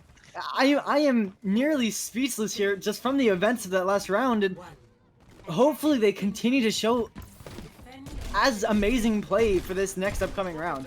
I just can't believe the audacity of Dark Ember coming in, being able to grip away a 2v4, the jaws of defeat, prying it open and taking it away as the King starting off strong with a headshot on Megamind, and they want a quick answer after a strong hold here as Melissa is trying to slow them down. Back on the Orisa has been having a lot of success here, but we're gonna need some very quick ultimates out of Melissa if we're gonna see a lot of ultimates, if we're gonna see a lot of usage out of her, as Bloom is just trying to engage already at 70%. That's gonna be something to keep an eye on, as may see a shatter this fight.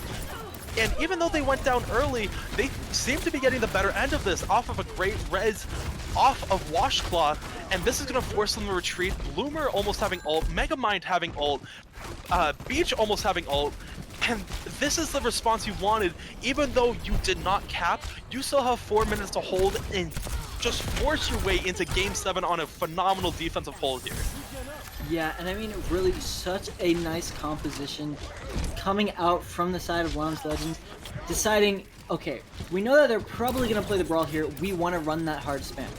Spam just absolutely annihilates Brawl, especially a Brawl without a Mercy, right? Not without a Mercy, without a Lucio, I should say, and that has a Mercy instead, because there's no speed to close that distance. They have to just wait there for so long, just out in the open as they're trying to pass forward, getting hit by those Junkrines, getting hit by those Ash shots. And so it should be incredibly difficult, but that's going to be a good way to start it off with a nice window and a nice dragon to be able to take on Megamind. Dark Ember will end up falling, but they might be able to get the res off.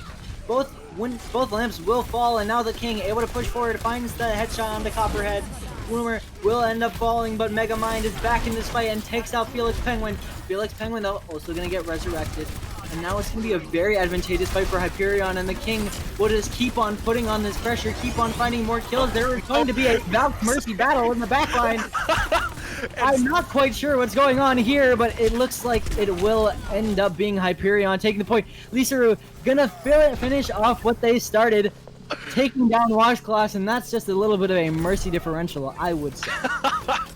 And just a great answer there, able to give themselves the win condition here. They only need 40%, and Dark Ember is going to have their ultimate online with Optic and stuff.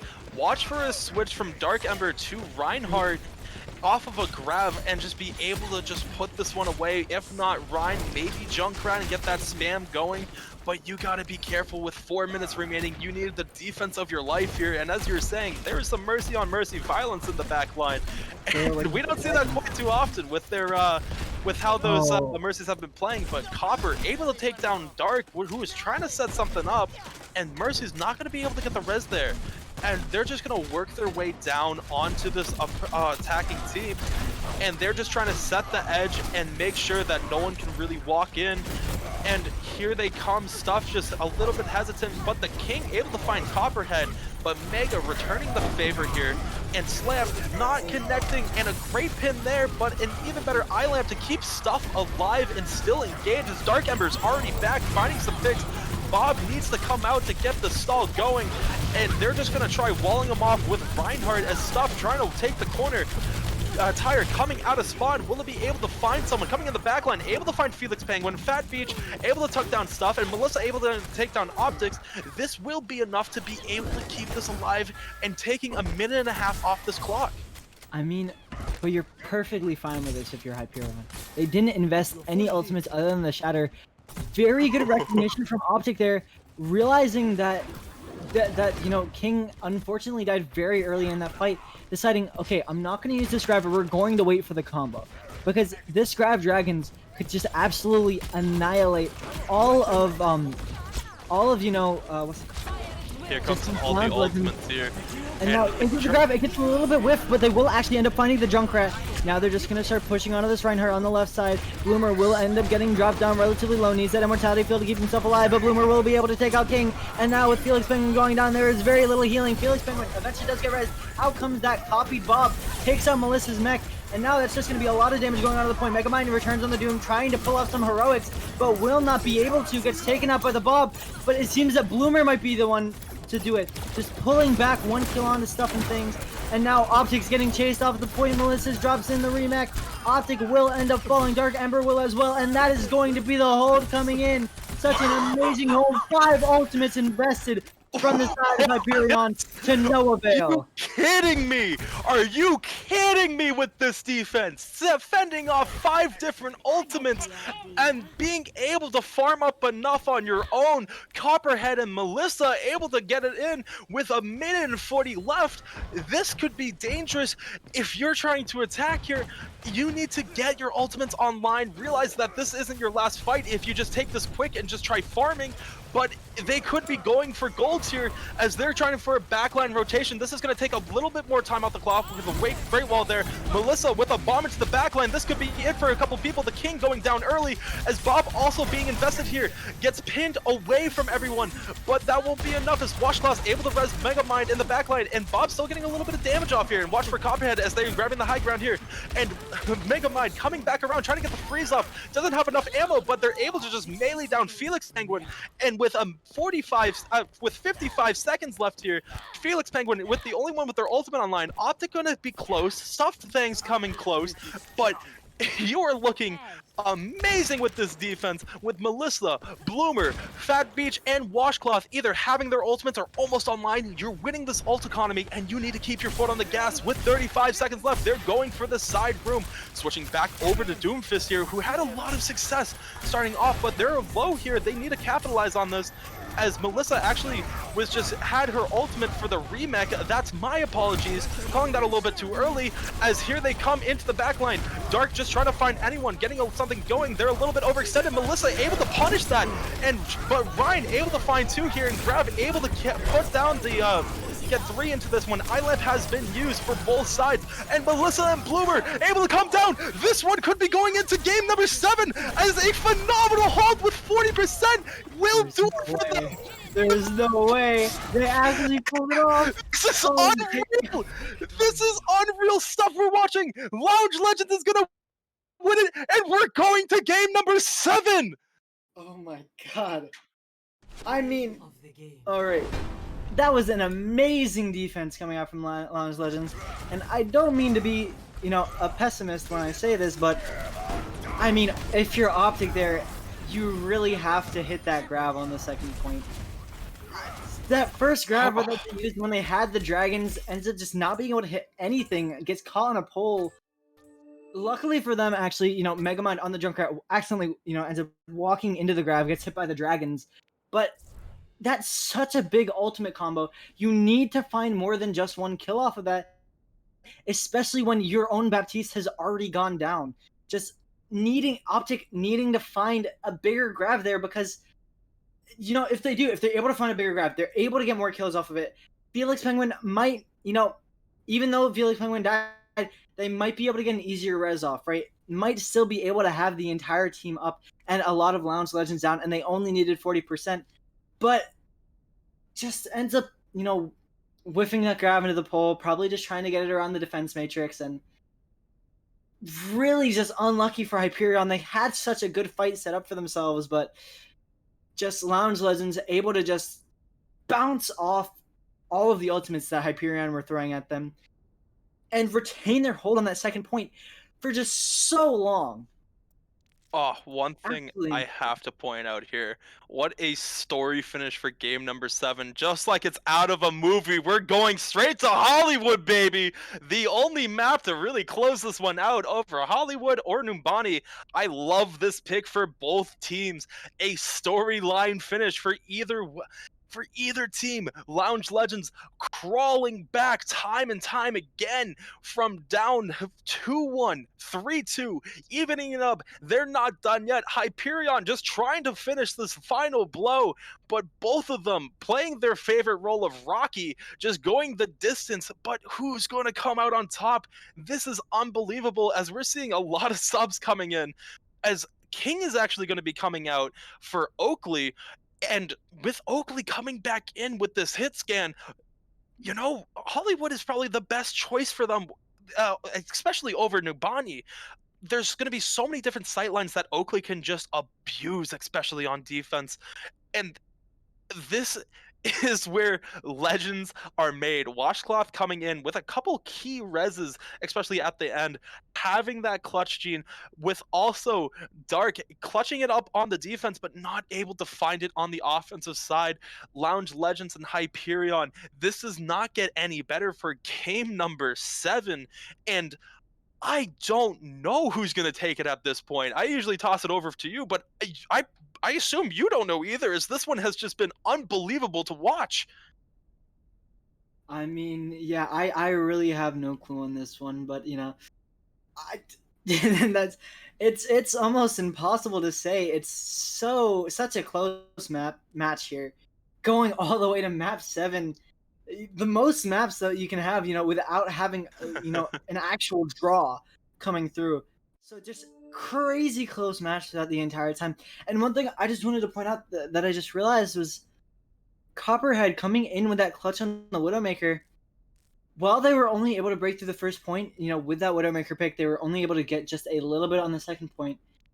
If Copperhead doesn't find that amazing play, if Megamind doesn't find that nice barrage to follow up on it, this series would be over. But it's every single little play coming out from both of these teams, which is just pushing it farther and farther into these later and later maps. And, here it is. I mean, Hollywood does actually have a chance to end in a tie, so it might not end here, depending on what happens.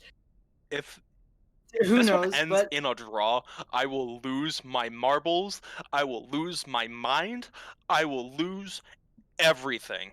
It will just be absolutely mind-boggling if these two manage to go the distance all the way and draw it and make it a map number 8, which, at this point I'm not gonna rule it out. I could definitely see this coming, as we're just making some last second adjustments here. I'm so excited to just see how this goes.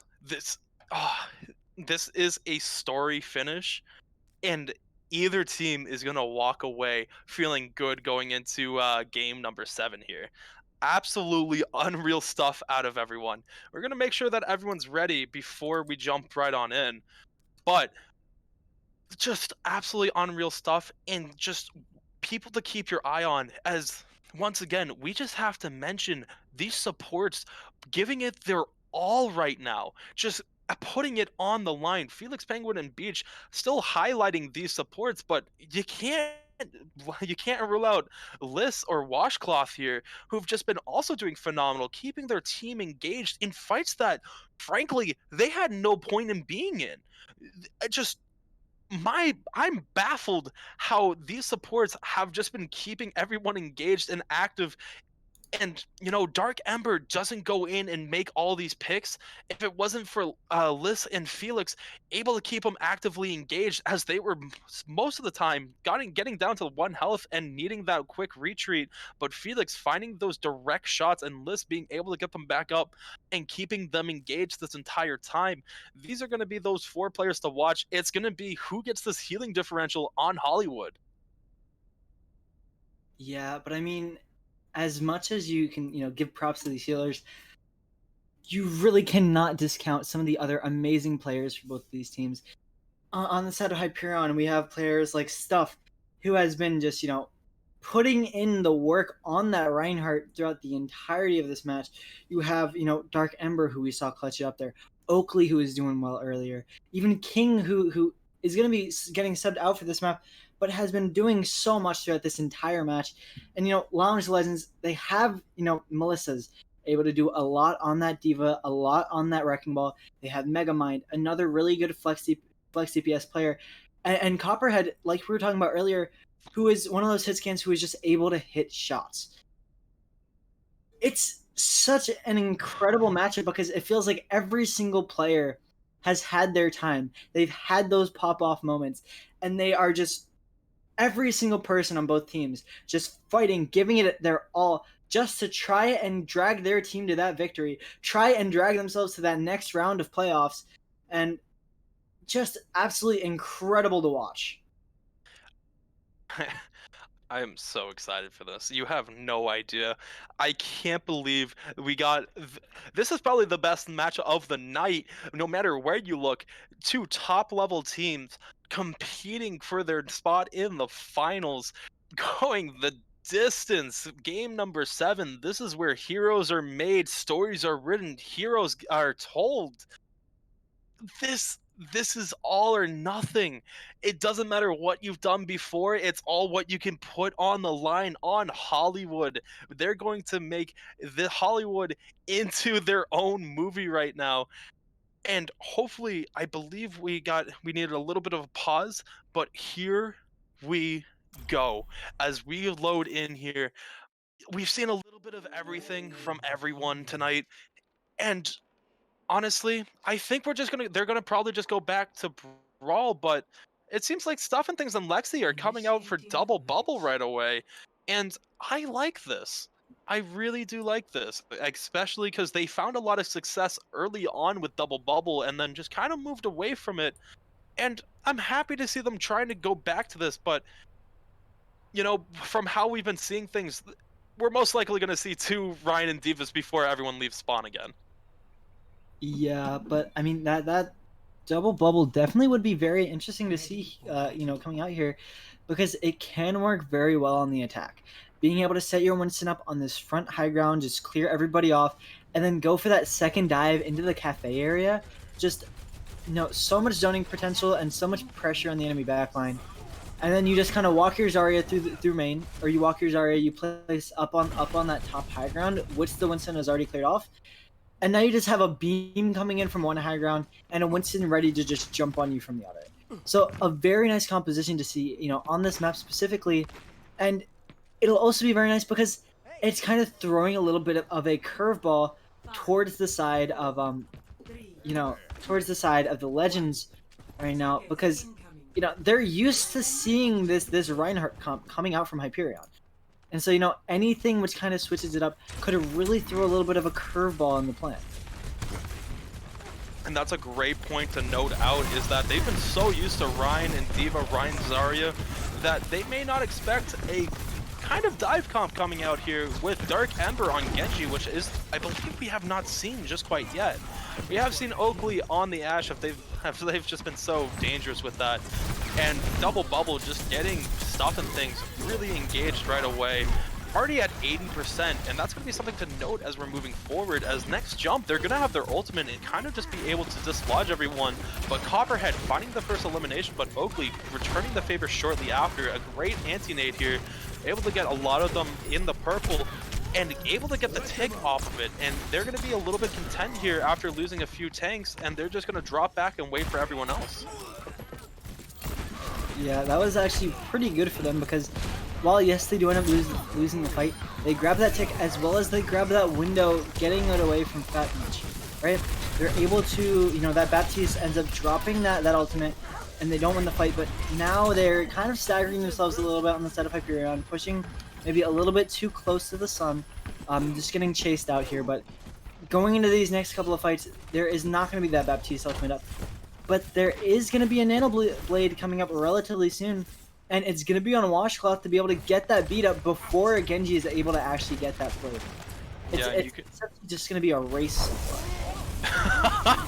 A great wall by Megamind just disregards that, as we saw Nano come out a little bit early, but it does not matter. Stuff and Things able to get the back end of this, and Dark Ember just working their way down, and a great Nano, and I guess Nano Genji with a blade coming in afterwards, and just great timing on everyone's part to blow this one wide open after the wall came out to just stop Winston from getting up. And it seemed like that was kind of a bait to just get that wall up. Yeah, I mean, that was actually such a smart Nano coming out from Felix Penguin. Probably realized that Washcloth was getting so close to that beat and knew that they needed to get that Genji to have that Nano Blade so quickly. So decides to drop the Nano onto the Genji a little bit early. Means that Genji farms up Blade so much faster, able to use it as soon as it's up, and then they just go in even harder with Stuff. Right? Stuff able to pick up a couple of those final kills, but very smart play coming out from there. and stuff just going straight at them as they have their ultimate and have that getaway, and they're just trying to work down on this lamp, coming out a little bit early with that, just trying to get everyone off the high ground. Smart play there as all of them have fallen off, but Ryan just taking the elevator back up. But this is going to get the cart a very far distance now, as everyone's just kind of dealing with the Winston in the backline, kind of investing a little too much into it, as this cart is almost at the next point, as we just see one person come out to challenge. Diva Bomb coming out, able to find Oakley here. Beat as an answer to just everything starting to be outpoured. A beat answer for Rally, and here they go, just using Rally as a retreatal tool. And they're just trying to establish the high ground. Both teams just jumping up, and once again, it seems like it's going to go in favor for Hyperion to take this high ground. Yeah, and in goes the grab into the backline, is able to actually find two. In comes the Blade now, and the Blade will actually cut up Washcloth. Felix Penguin will go down the other side, but now Bloomer falls. In comes the High Noon, gets reflected right back at him. Dark Ember just going in the face, saying no you to that McCree, sending that Deadeye right back into him. And now it's just... You are dirty for that move. Oh my lord! What a heads up play out of Dark Ember to just cancel out, moving directly to his left side. So the first shot he fired was going to go ricocheting right back into them. And with 4 minutes on the clock here, after almost having a complete hold on your first push, Hyperion has just been going non-stop.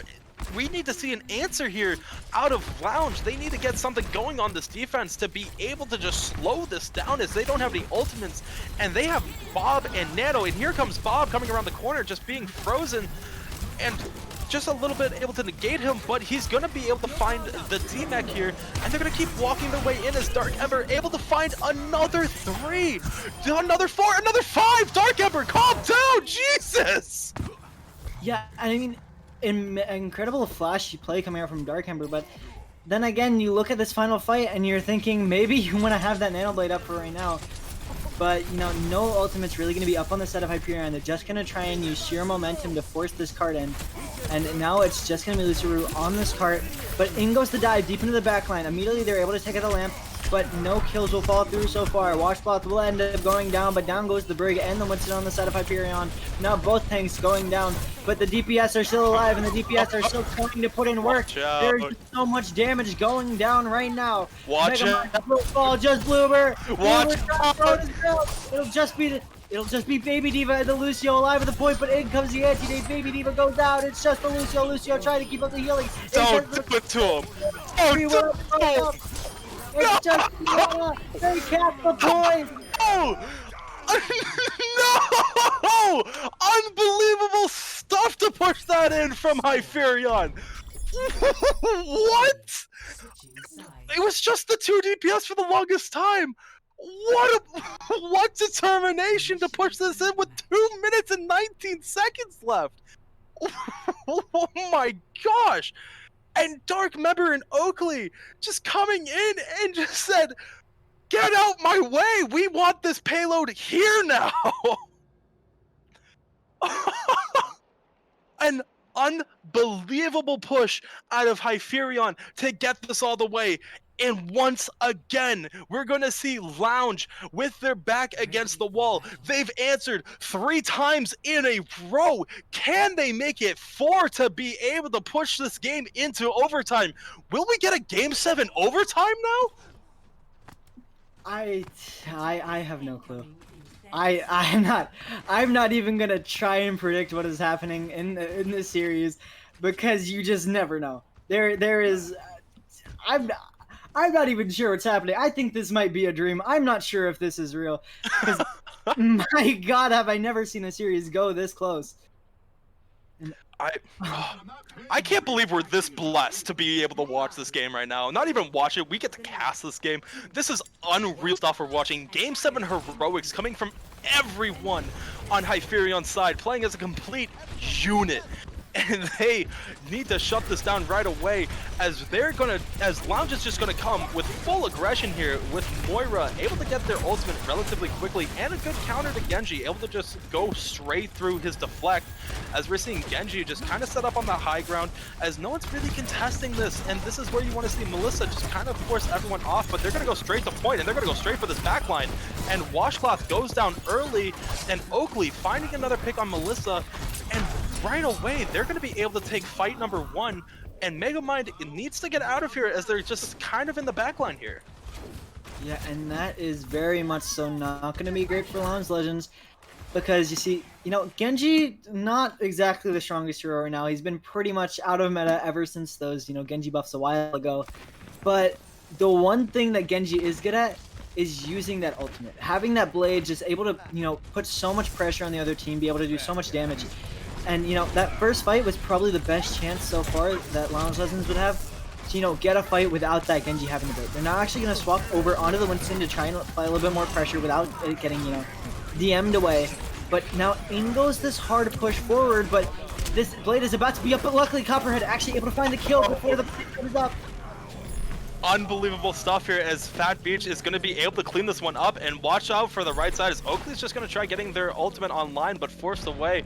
And with 224, the switch to Winston proving powerful as Melissa just coming in and disrupting everything and getting the damage that they needed to break through here.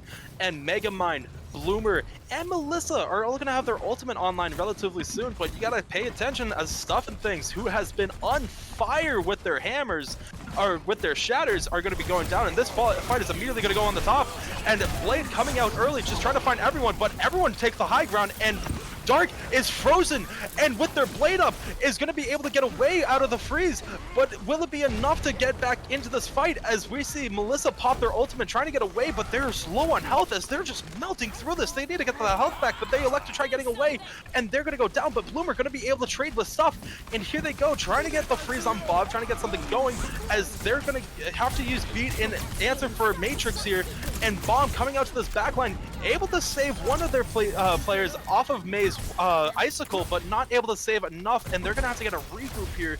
And a great hold out of Hyperion, able to slow down this phenomenal push that we just saw out of Lounge. Yeah, one thing I wanted to talk about there was actually the Blizzard coming in from Megamind, to counter that blade.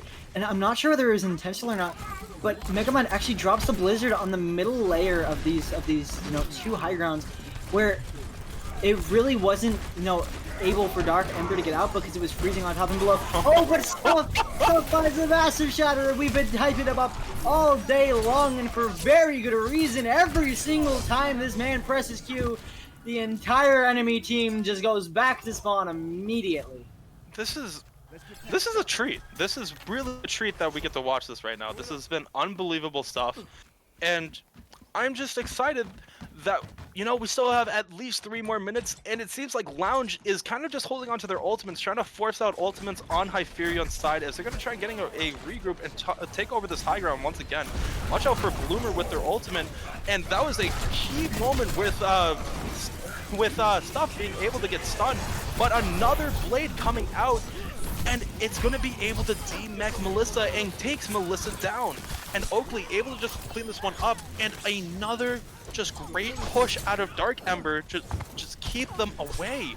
But you got to keep in mind that you're running low on ultimates as you're just kind of hoarding them on Lounge's side for this last fight. Yeah, but then again, Hyperion is very close to a bunch of them. Now having both support ults, the Bob, as well as this Diva Bomb all coming in. And it's really going to be down to Bloomer and Megamind to find a lot out of their ultimates. You're probably going to be pushing with this Coalescence early, trying to look for an earlier Blizzard, but if that Blizzard gets eaten by Lexi, or that Shatter gets blocked by Stuff, it's going to be a very difficult fight for them to pull back. And Coalescence coming right out and trying to keep everyone alive, but also trying to keep the damage on Bob, as Coalescence is going to go away here, and Matrix going to be placed right in the middle, just getting a lot of damage yielded from every character here. Blizzard coming out, able to find the pick on Felix before Land comes down. They need to get rid of this Lantern before anything else comes in. And here comes Bomb. Lexi able to 3K as they break the shield. And Lexi, Johnny on the spot, gonna be able to save this push right before it gets to the end with a minute 25. We're gonna be approaching last fight territory. What a bomb! Just coming in to save the team fight. It was looking risky for them. The blizzard was big. A lot of people were going down. But in comes that bomb from the top. Is able to clean up 3. Gets half of the team. They pull it back from the brink. And now there's only 1 minute left for the push. And they're pushing into another Shatter and another Dragon Blade. And here we go, as both teams have Shatter alive. Melissa's about to have their bomb. You gotta keep Melissa in the mech as long as possible here. And they are just gonna push directly onto this high ground, trying to force anyone off as Lexi and everyone's gonna else just come down with it. But Oakley finds the pick on Beach, able to just set the tone for this fight. They need to get rid of Dark Member, who's on like 10 health, but able to sneak away. And they're gonna get 3 picks here, 34 seconds left. They're gonna be able to get one more team fight, but they need to peel right now. You can't stall on the payload as you lose Washcloth right away, as you have Melissa peeling back. And this is your last fight. This is the last fight of the series. If you don't win this for Lounge, you gotta invest right now. You have 4 ultimates online. Dark has their blade, Stuff has their shatter, Oakley has Bob, Felix is about to have their ultimate too, and here we go, 4 seconds left, last fight. If they don't get this all the way, here comes Bob, first one to be used, and here comes the train coming about to leave the station as Shatter lands 4, and Bob comes into the backline, able to get rid of Bob, and Copperhead able to find one on Lasario. And here they go, they're just trying to push this all the way. Bloomer able to find one on Stuff, and they're looking clean here as Dark is waiting on their blade. They're waiting to find the opportunity. Here they go, they're actually peeling right now as they're going to be holding this because they know that they can't win on this one. And what a push to be able to take this. But watch out because Oakley and Dark are still in the back line trying to finish things up, but Copper and Bloom able to take them away. Every single time the round is pushed to the brink, it's pushed down. It's on their last push. They only have about 30 seconds, and they bring it back with a shatter. Stuff gets another one. Bloomer has to get hit with the nano just to keep him alive, and is now going to be pushing forward. But there are going to be a lot of ults on the side of Hyperion. All they have to do is stall it for 1 minute, and this won't be a losable map for them. But it looks like that's definitely possible. They still have that Dragon Blade. They still have that bomb coming in from Lexi, and they're getting a bomb coming in from Oakley. I mean, as well as that Dragon Blade coming in from Dark Ember. This could be an absolute ultimate fiesta, but in comes a very nice wall early. Luckily, though, Stuff and Things is able to get out of it. The bomb finds nobody, but now Dark Ember goes down before he can use the blade, and now this is absolutely catastrophic. The Bob is just sleeping on cart. Lexi gets DMX'd. Luckily, Felix Penguin able to find one on the Bloomer, but this is so close. Out comes the aggressive beat, just pushing forward with Washcloth. And now Lisaru trying to get out, but Copperhead will not allow it. The May is going to go into Ice Block on the side. In comes the blade from Dark Ember. Going to try and look for a couple of kills. Goes deep into the backline. Will not find anything just yet. Gets frozen up. Gets killed. In comes the shatter. The pin. And they're going to be able to walk their way in. Stuff's trying to get a little bit of momentum going. Trying to walk into the back line. And here they go. Copper trying to make a little bit of room on the front line. Copper pushing their way up. Able to find Lissa. And they're walking their way in. Trying to find the freeze on Lex. And Lexi frozen on point. They need to get her out of the mech right now before she has any danger. And here we go. We're seeing Doomfist come out once again as Dark has very little health. They have one last touch. And here they come. A great wall by May. This one's going into overtime. Game number 7. Oh my lord, you gotta be kidding me! A phenomenal push! What a push! Oh my god! You've gotta be kidding me! I don't know how these players are still doing it. It's been 3 hours. It's been 3 hours of match time, and they're still pulling off things like that. Oh my lord, Hyperion just not able to find it. They had the ultimates, they went for them, but just amazing counter ults on the side of Lounge. And now, this I don't even know. I don't even know what to say. This is insane. They're able to get the full cap. Luckily for Hyperion, though, there's no time left. It will only be Hyperion getting another attack on this point. If they don't get it in 2 minutes and 20, there will be a draw on map 7. But they need. Excuse me. Are you saying game 8? No, Are you please, saying? no, my focus players are not going to be able to handle that. I think I might near pass out if we go to any more maps, dude. I don't If know. we go to game number 8, I gotta fill up for another quart of water. I've already been through 2 quarts of water throughout this match. This is gonna be interesting if we go through another one. But with 2 minutes on the clock, you should have a lot of your ultimates online, and this is where we're gonna see ult management come into play. As Megamind is gonna go to Hanzo right away. And they're going to need to find a lot of quick picks. They need to find one on either Felix or Oakley when they get exposed. And Stuff just taking a good amount of damage right when they first walk in. Lexi now taking the damage themselves. They're kind of rotating to this high ground here as both teams are playing across the point. And in Hollywood fashion, you know you had to make it a scene. And here are your cinematics as shots are going to be ringing out from across both sides. A great way to do this. And here comes everyone as Megamind able to find Dark right away. And they need to finish off Felix as they have a single health in the backline. As Liz trying to do anything, but Melissa and Megamind, everyone just trying to get this hold going. We are down to 1:25. A great first hold out. I'm just out of lunch here. Lexi's only 13 on the. They're not gonna have this grab up in time, I don't think. And Oakley swaps. Now onto the Ashe 0% again. Lisaru also 0%. You said that they're playing for these ultimates, but right now it looks like they're only gonna be able to get up this primal rage so far, and maybe gonna get this nano blade online. Dark Emperor needs to be doing more in this fight. In comes the primal rage. Looks like Stuff is gonna go in a little bit deep. Oh, but immediately 2 kills. There.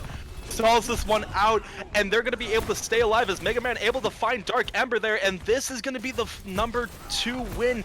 They need to find 3 wins in this to be able to win this, and Melissa, all eyes are going to be on you for this next team fight. You need to get your ultimate to 100 so you can grab Dark Ember whenever this Nano Blade comes into play, because that's going to be the only thing holding you back from success. And here we go, ladies and gentlemen, if you wanted theatrics, here you are, Game 7 overtime, a phenomenal hold. Megamind able to find the pick on Lexi, able to hold this back. They will not be able to have a bubble, and it looks like they're going to elect to stall as Lexi is going to switch over the ball and try to disrupt this backline. And if you wanted theatrics, here you are, Stuff going for the backline, and here they all come with their ultimates, trying to break something open. Dark finding one, Stuff finding the second, and here we go. Will they do it? Blue were able to find one, and watch out for the C9 as this is going down. Blue are finding 3. You've got to be kidding me. They're gonna win. They're gonna win every time. They pushed us to map 8. There's no way. I'm so sorry. I had to walk away from my computer because you've got to be kidding me.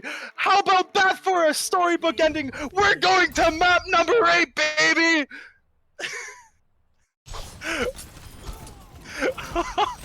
You have to be kidding me. What a phenomenal play. What a great hold there. You are unreal. Giving yourself one last win condition. Bend, don't break defense, baby. We are going to map number 8, and I'm pretty sure this is the first time in playoff history that they are going to be doing this.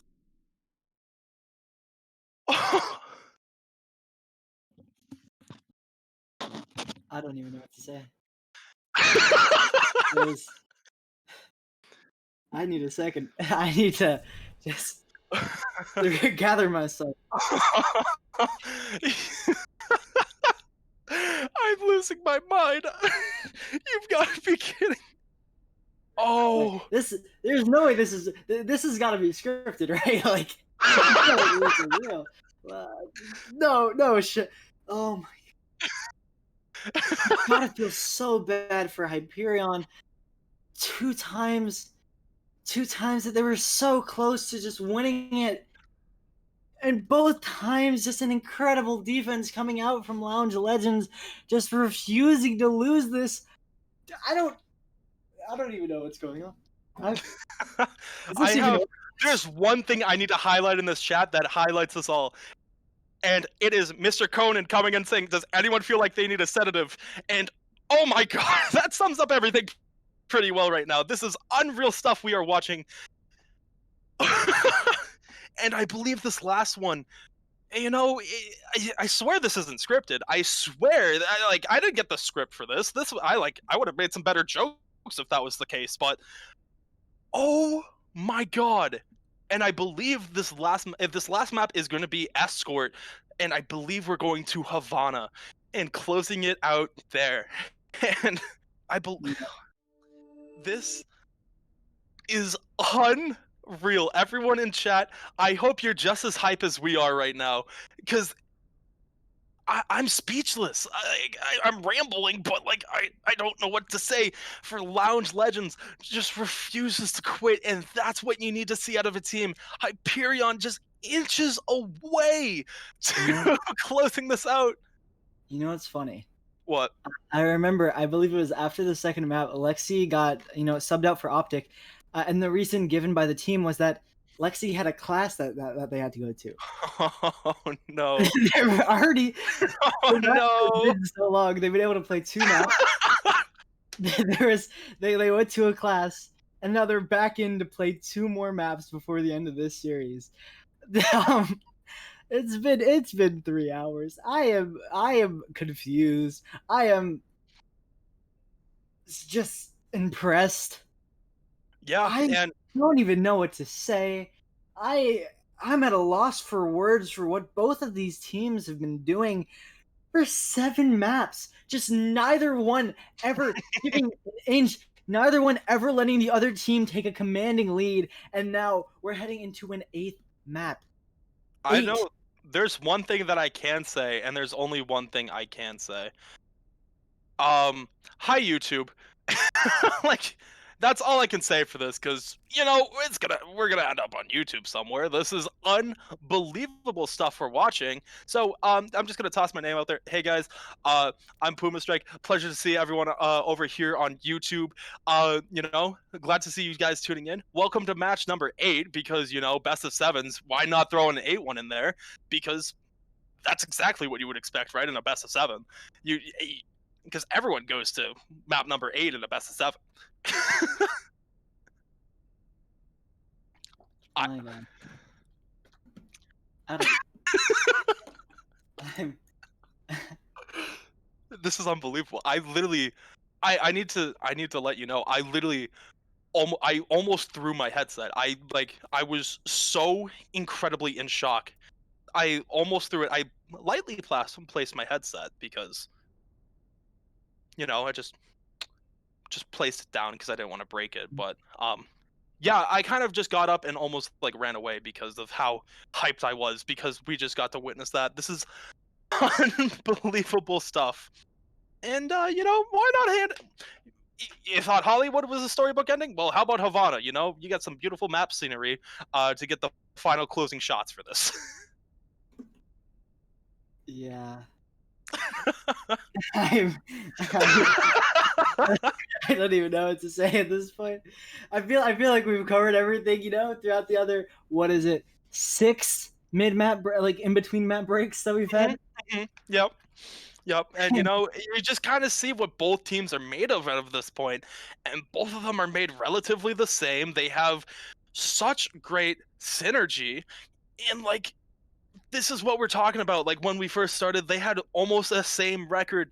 They came out in the same comps. They have now the same record, 3-3-1 in a best of 7. You can't get any more even than this. I said right from the get-go, don't be shocked to see this go game 7. Well, I lied to you, because this one's going 8 for funsies. So I guess sorry. I don't know what to say here. Like, sorry. I guess we're giving you more than advertised. If that's a bad thing, I'm happy to be here. This is probably my favorite casted game I'm ever going to be a part of, because who can sit here and say, oh yeah, I was part of an 8-game best of 7.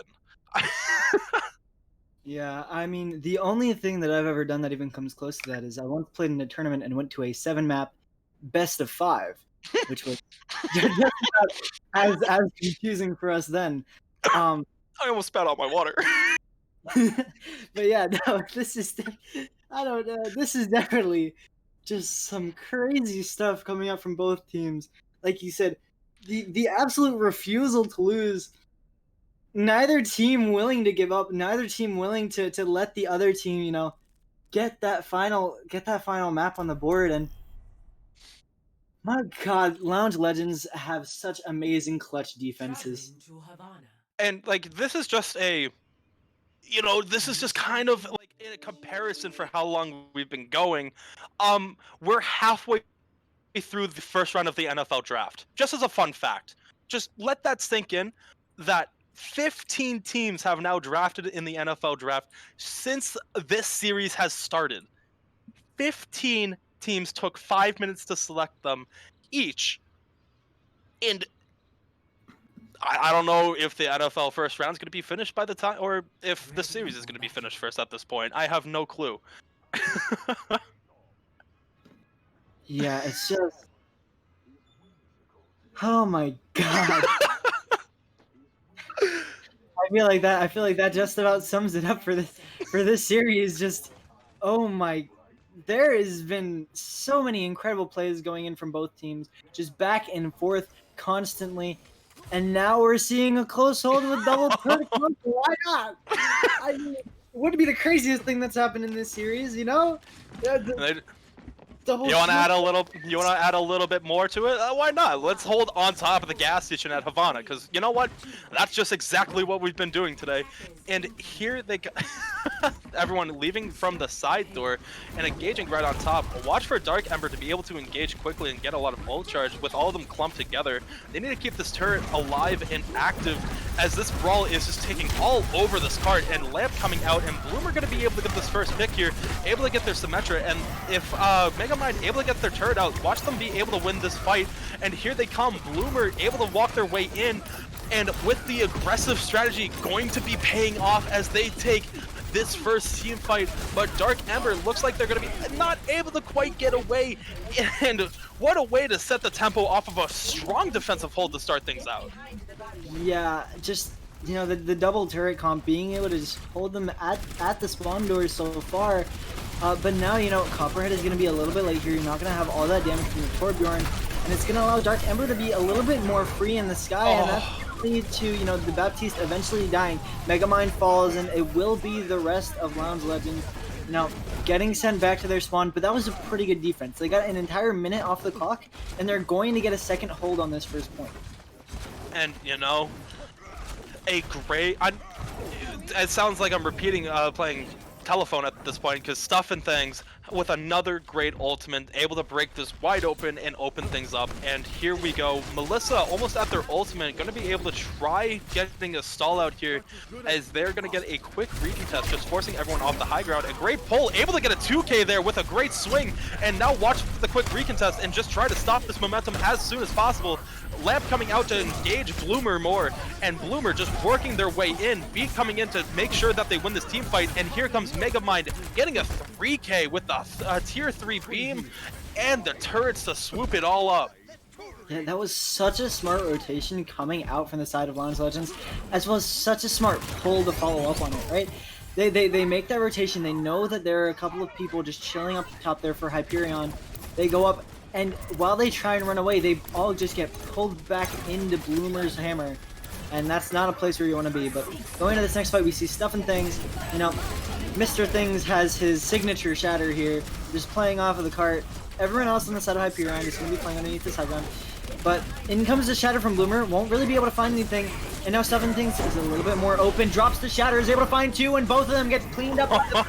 In comes the Dragon will also find two, and even though Megamind is able to trade a couple of his own, Oakley will just keep this fight going, will just keep on finding more kills, and will lock up point one of Favana for the side of Hyperion. Now they're going to be trying to push a little bit farther forward. They're only going to have their support ultimates, but that's more than you can say for the side of Lounge Legends, who have had to make a couple of wholesale swaps here, swapping off of that DPS line and now switching to the Mei and the McCree, but having 0% ult charge on both of them. This next fight looks like it could be very good for the side of Hyperion. A nice aggressive beat, a nice aggressive window could be able to secure them the fight before any real ultimates are actually even able to be built up on the side of Lounge. Yeah, and they needed to push in aggressively here just to keep the snowball from going, as they have 313 in the mid on the second point, and D.Va just doing a great job negating that damage and just keeping this cart going as they stay on this low ground, able to just keep keep that damage at a minimum with that reach. And now they're going up the high ground, trying to push everyone back. But Copperhead doing a great job picking off Dark, and Alyss almost dying there, but able to stay alive, as Felix also going down to 1 health and being healed all the way back up. And we're seeing ultimates come out a little bit here, as Matrix being able to help with the separation of Lexi. And here comes Bloomer just trying to get a little bit more damage off as Copperhead finds another 2k, and Copperhead finishes it off with a 3k. And what a way to keep this going. And Reaper coming out to play and has to regroup, but Copperhead wants more, able to find 4 on that push, and a great hold there. Yeah, and this Reaper swap here coming in from Dark Ember off the Echo probably just wants to make it more of that. Actually, now going on to the Soldier, which not entirely sure I understand, but probably just going to be looking for a lot more off angle and flank pressure onto this, very front line heavy comp from Lounge.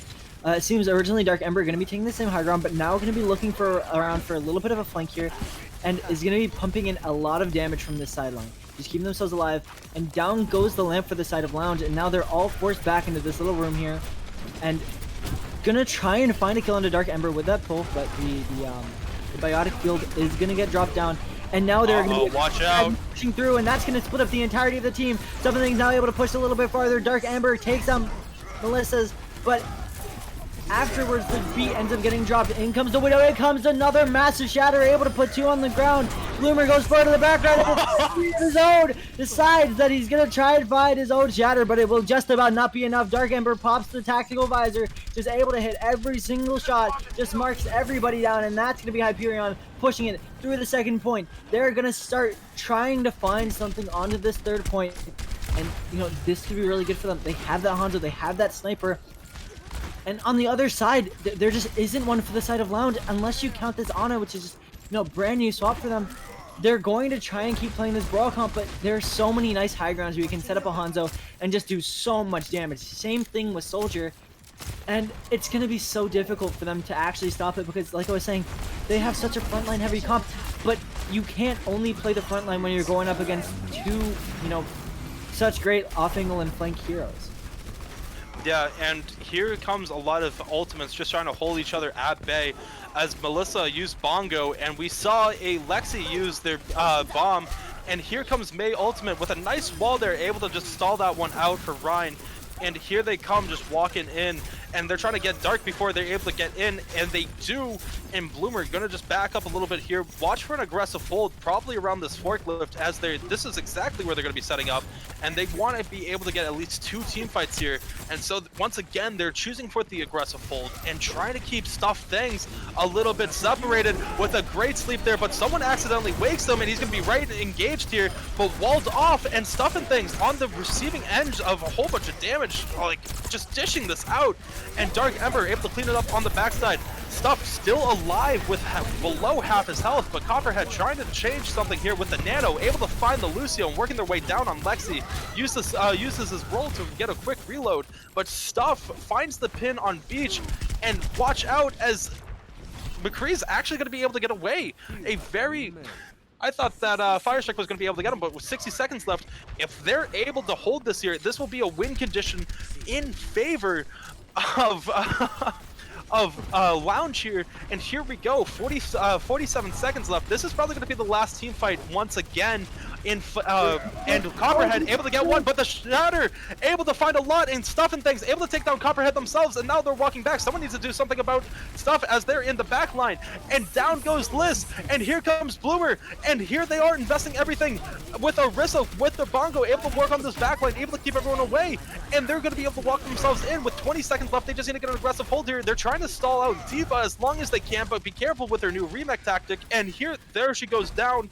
With 15 seconds left, they're going to try getting a quick recontest, but there's a lot of upfront damage. 10 seconds left. They need to push up a little bit farther just to make sure that no one's able to fly in. And here comes the switch of Wrecking Ball. 5 seconds here. And here, they're all trying to run.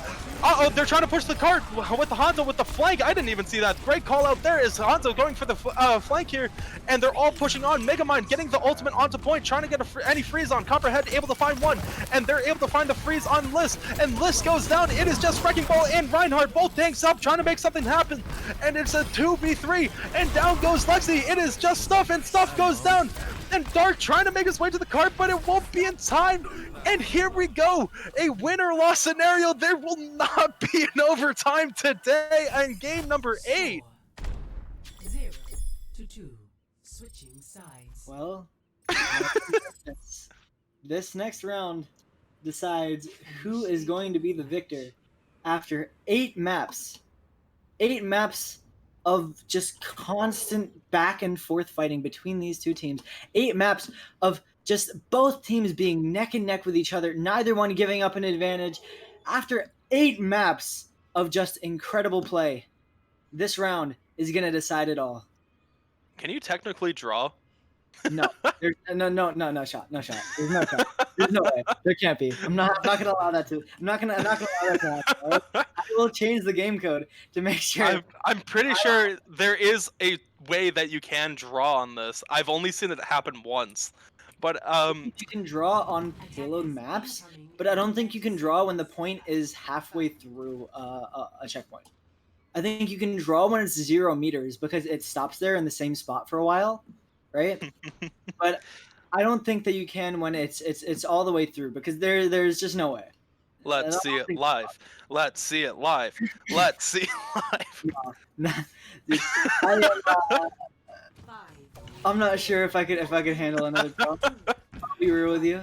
I would have to fill up my water, but I would be good to go. But here we go once again, as we see Melissa just trying to set up the angle, trying to get everyone to pull away as they're doing the flank, and Arissa retreats back to spawn against the Reaper. And a great flashbang able to stop Bloomer's push, or stop Bloomer's charge, I should say. And Dark Ember able to find just go into the backline and mess up Beach, and able to escape here. And this is looking like it's going to be in the favor for Hyperion here with a great defensive hold. Exactly what we just saw out of the first push from Lounge, or the first defense I should have said out of Lounge. Yeah, the only issue here is that Oakley did end up going down there. There is now going to be no McCree, there's no flashbang up, and now with this hog pick going in and Felix then immediately goes down, that was quite the nice little clutch coming out from the side of Melissa's. And now with the High Noon coming in, Dark Ember is going to end up going down. The Reinhardt will be frozen, will be taken out, and now it's just going to be the D.Va and the Lucio on the car. Oakley is finally able to get back, but it's just a little bit too late to actually win this fight. They're just going to try and sell it out for as long as physically possible. Lexi is eventually going to get D-Mech, still going to have that baby D.Va form to try and live for just a little bit longer on the cart, contest it, but that is going to be the rest of Hyperion going down. But they will again get another fight on this point A, and they're going to have a couple of ultimates to do it. The only real ultimates that, were there for the side of, Lounge Legends was that High Noon, which, ended up getting invested. Melissa's now swapping back into the D.Va from the Hog, not going to be even close to that ult. And they will have the Nano, but will it stack up against the Shatter, the Window, the High Noon, the Death Blossom, just everything coming in from Hyperion, and in goes the early Window. They're going to look for a little bit of a push. The Nano actually ends up going under the Mei. I'm not sure if that was a misclick or just to try and help Mei get the Blizzard up just a little bit faster, but Megamind will push in very quickly. Eventually gets pinned though. That's such a nice pin. Just shuts down that Blizzard from being able to come out in this fight. And now they're able to push without any kind of a threat of a wall. Flashbang comes out. There are no more stars. Oh no! Mr. Dolphin things. Again and again. Every single time.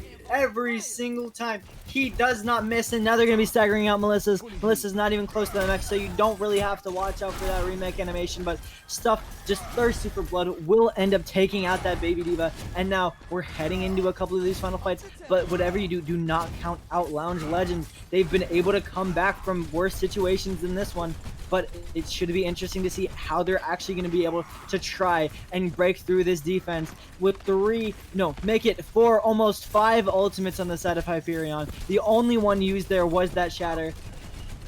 And here we go. They're Melissa able to push the Reaper off the high ground and working their way back onto the cart.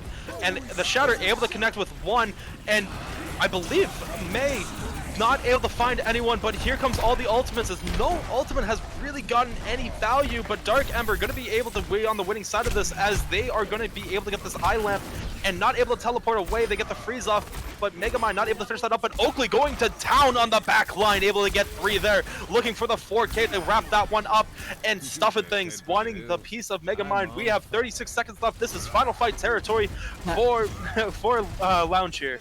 Yeah, and I just wanted to mention there, Stuffing Things gets pushed on, gets hit with a blizzard, and decides, oh, guess I don't want to be here, and then just pins the enemy Ana. Just pins out all of their healing. Like, oh my god, what can this guy not do? And let me tell you, the one thing that he can do is whip a shatter, and now that he's up to 100% on that ultimate, this is going to be scary times for Lounge. They're going to try and make their way back into the cart. They do have a couple of ultimates, but they are going to be pushing into this difficult shatter. The High Noon gets booped back a little bit, but it still might be able to find a nice shot here. Ends up getting mostly eaten up, but Oakley will end up falling. Stuffing Things drops the shatter onto the cart, only able to find Megamind. Megamind will end up going down to the pin as he goes in deep. Stuffing Things will fall, but so will Melissa's mech. Bloom now drops his own shatter, and it's going to be just a little bit bigger. Gets 2 people onto the ground. Lexi eventually going to get D-Mech. Dark Ember trying to just hide up top by the signpost, trying to drop down, trying to buy as much time as possible. Oakley is back. Oakley already finding kill. Dark Ember is in this fight. Dark Ember just struggling to stay alive. Uses that Wraith Walk to get out here. Oakley, maybe they might keep on going for this contest. It looks like Dark Ember will try to. Just about going to be able to get on. Looks like Dark Ember is about to die, but now Stuffing Things is back. These ultimates are relatively even. It's just going to be the bomb coming out from Melissa, and in it goes. Not going to be able to find any picks, but Oakley will be able to. Gets out Megamind. Lisaru goes down to Copperhead's Tracer, and now in goes the lamp onto the point. Just swinging through everything is Stuffing Things, but Copperhead is just in your backline, and someone has to pay him more attention. He's now on to Felix Penguin, trying to play the kill into this Baptiste, but Lexi still alive. Almost has this bomb. Will eventually have it, but Copperhead is fighting another one. Copperhead just doing absolutely everything. Lexi deciding not to invest this bomb here. They're going to try to go for second point, and oh my god, Copperhead on this trace is doing everything. He will not lose. He's clutched it out on the Widow. He's clutching it out on the Tracer. Do not underestimate what Copper can do. Do not leave him unsupervised in your backline, because that is definitely a child safety issue.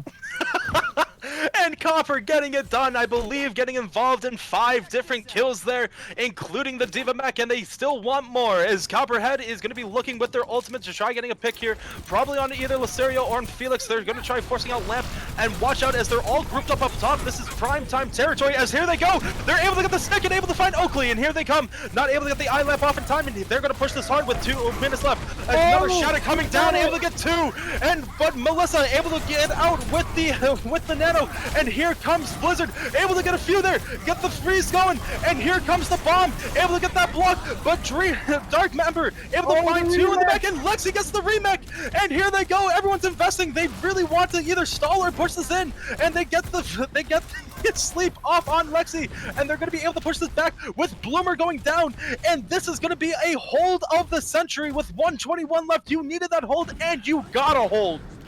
Yeah, but yet again, I told you, Lounge does not care whether it's 1 minute left on the time bank or not, because it feels like every single time that it gets close to it, they are pulling out these fights. And so, really not sure what to expect here. Oakley still has his High Noon, will be the only ultimate in play. Uses it quite early here, but will get walled off. The wall eventually goes down. Oakley trying to look around for a flank here, will not be able to get it off in time. And so now, ultimates are going to be perfectly even here. Both teams are just going to be fighting up on the high ground. Dark Ember takes a little bit of a TP up on top of these, big canisters, looking for a couple of nice shots. Lexi actually ends up getting slept. There's not going to be a Diva in here for just a little bit longer. Lexi eventually is going to get woken up, drops into the back line, tries to force off the enemy Diva, and now that Dark Ember is back up here, that's going to be a lot of damage going on to Melissa's, but will be able to get out with the mech still alive. Now they're just raining down havoc onto Bloomer, but Bloomer will get in, and now he's just swinging through. Felix Penguin completely split from his team. Stuffing Things goes back in, able to actually take out Melissa. Dark Ember takes out Beach. In comes the shatter from Stuffing Things. Just give him 1 second to find it. Bloomer now getting forced off the back line by the enemy Reinhardt. And now everybody's onto the point. Here comes the shatter. There it is! He wants the game! He wants the game! And that's going to be it. That's going to be the fight. That's going to be the road. That's going to be the map. And that's going to be the series going to the side of Hyperion. And I feel like everybody knows who the player of the match is gonna be my lord, stuffing things every single time. You cannot get better than this. 100% shatter accuracy every single time. Just dropping everybody to the floor, and we get to rewatch one of them right now. That's a fine man. Everybody's down. Everybody taking a little bit too much of a rest, and stuffing things makes them all look like turtles just lying on their backs, unable to be flipped over until Dark Ember just drops in with a Death Blossom and cleans them all up. And what an unbelievable play by Stuff, able to just keep them at bay and being able to just walk their way in and clutching things up. I thought that we were going to see one more overtime push, and then Stuff and Things had different plans for everything. What an unbelievable series. What an unbelievable game 8. What an unbelievable comeback that Lounge tried to mount. But in the end, what an unbelievable team play by Hyperion, being able to not get the finishing blow for 3 matches in a row and finally pulls together and gets it in. A incredible, just all around series. Congratulations to Hyperion. Lounge, congratulations on such a great season. And I'm sorry it had to go out like that, but you took it right down to the wire. You gave it your all. But Hyperion, we'll see you in the finals. This has been absolutely insane, and I hope you all enjoyed this as much as we did today. And right now, we will be voting on our MVP, and this can go so many different ways. Yeah, so many different people on the, both teams, honestly, not even just on the side of Hyperion, just putting in so much work throughout this match. But, we mentioned it earlier, stuffing things with those shatters so often. Such a good player. We saw Oakley pulling off some amazing plays on the McCree. We saw King coming in, playing that Mei, getting so many nice walls, so many nice blizzards. It just feels like everybody on their team was clicking today. Just absolutely insane. And, Lounge, they tried so hard. They got so far. But in the end, it didn't even matter. Oh, I saw that coming halfway through, and I'm so happy you went that route. But I can't wrap my head around it. It's hard to believe that this map is over after 8. I thought that this would just continue to go, but Hyperion, congratulations. Lexi, I hope you enjoyed your class and the team win at the end there, getting the best of both worlds. Miley Cyrus coming down, shining down on you today, and just unbelievable stuff out of everyone on both teams. Even though Lounge had lost the series, they had so many MVP candidates in this series, but Hyperion finally able to put it all together after having that win condition in overtime in game number 7, able to bring it back in game number 8, and just finally find the final blow to knock them onto the mat. And the referee came in and just called it a knockout.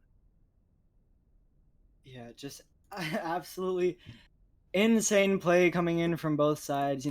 King might not have been played in that final map, but it was still Hyperion claiming the crown.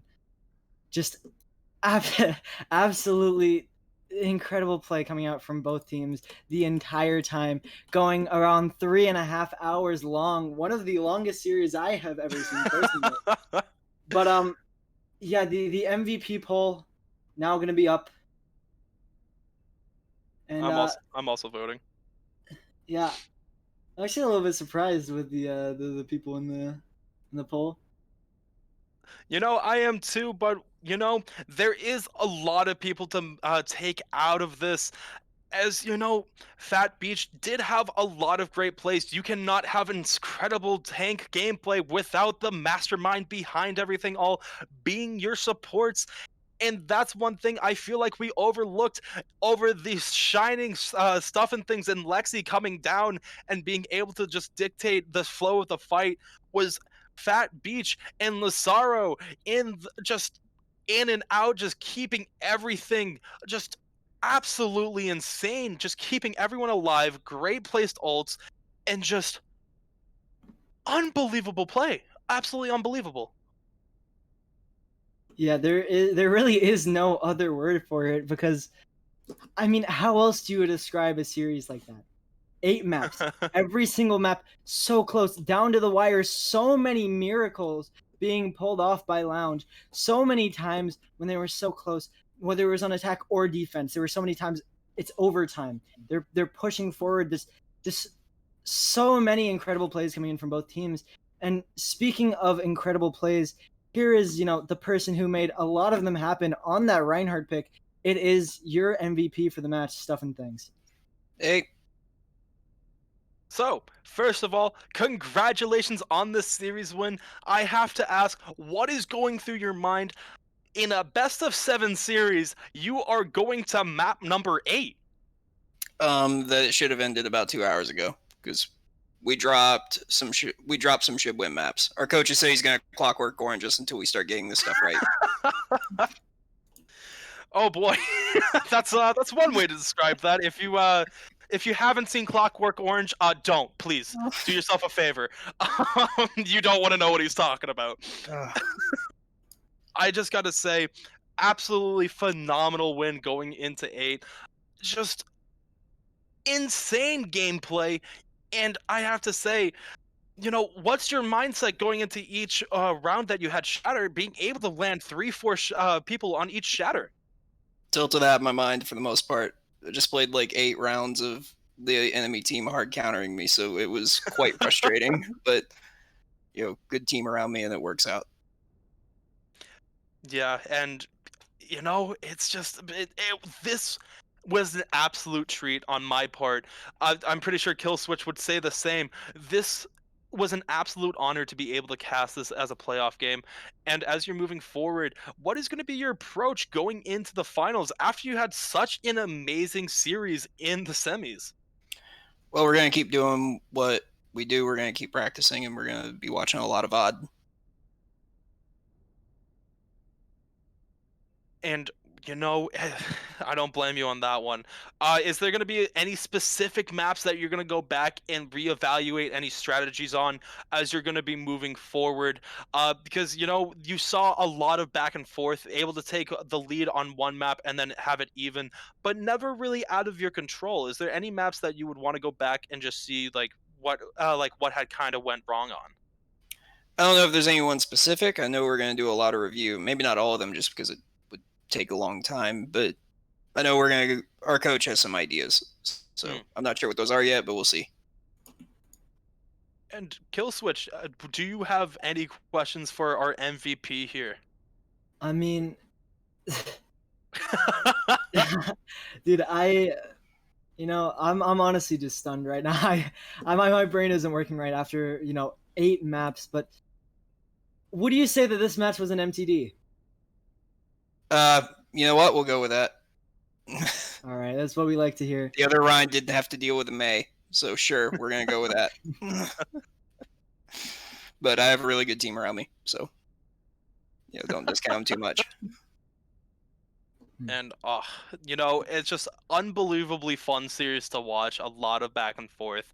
Just, is there anyone that you would want to shout out right now while you have this time?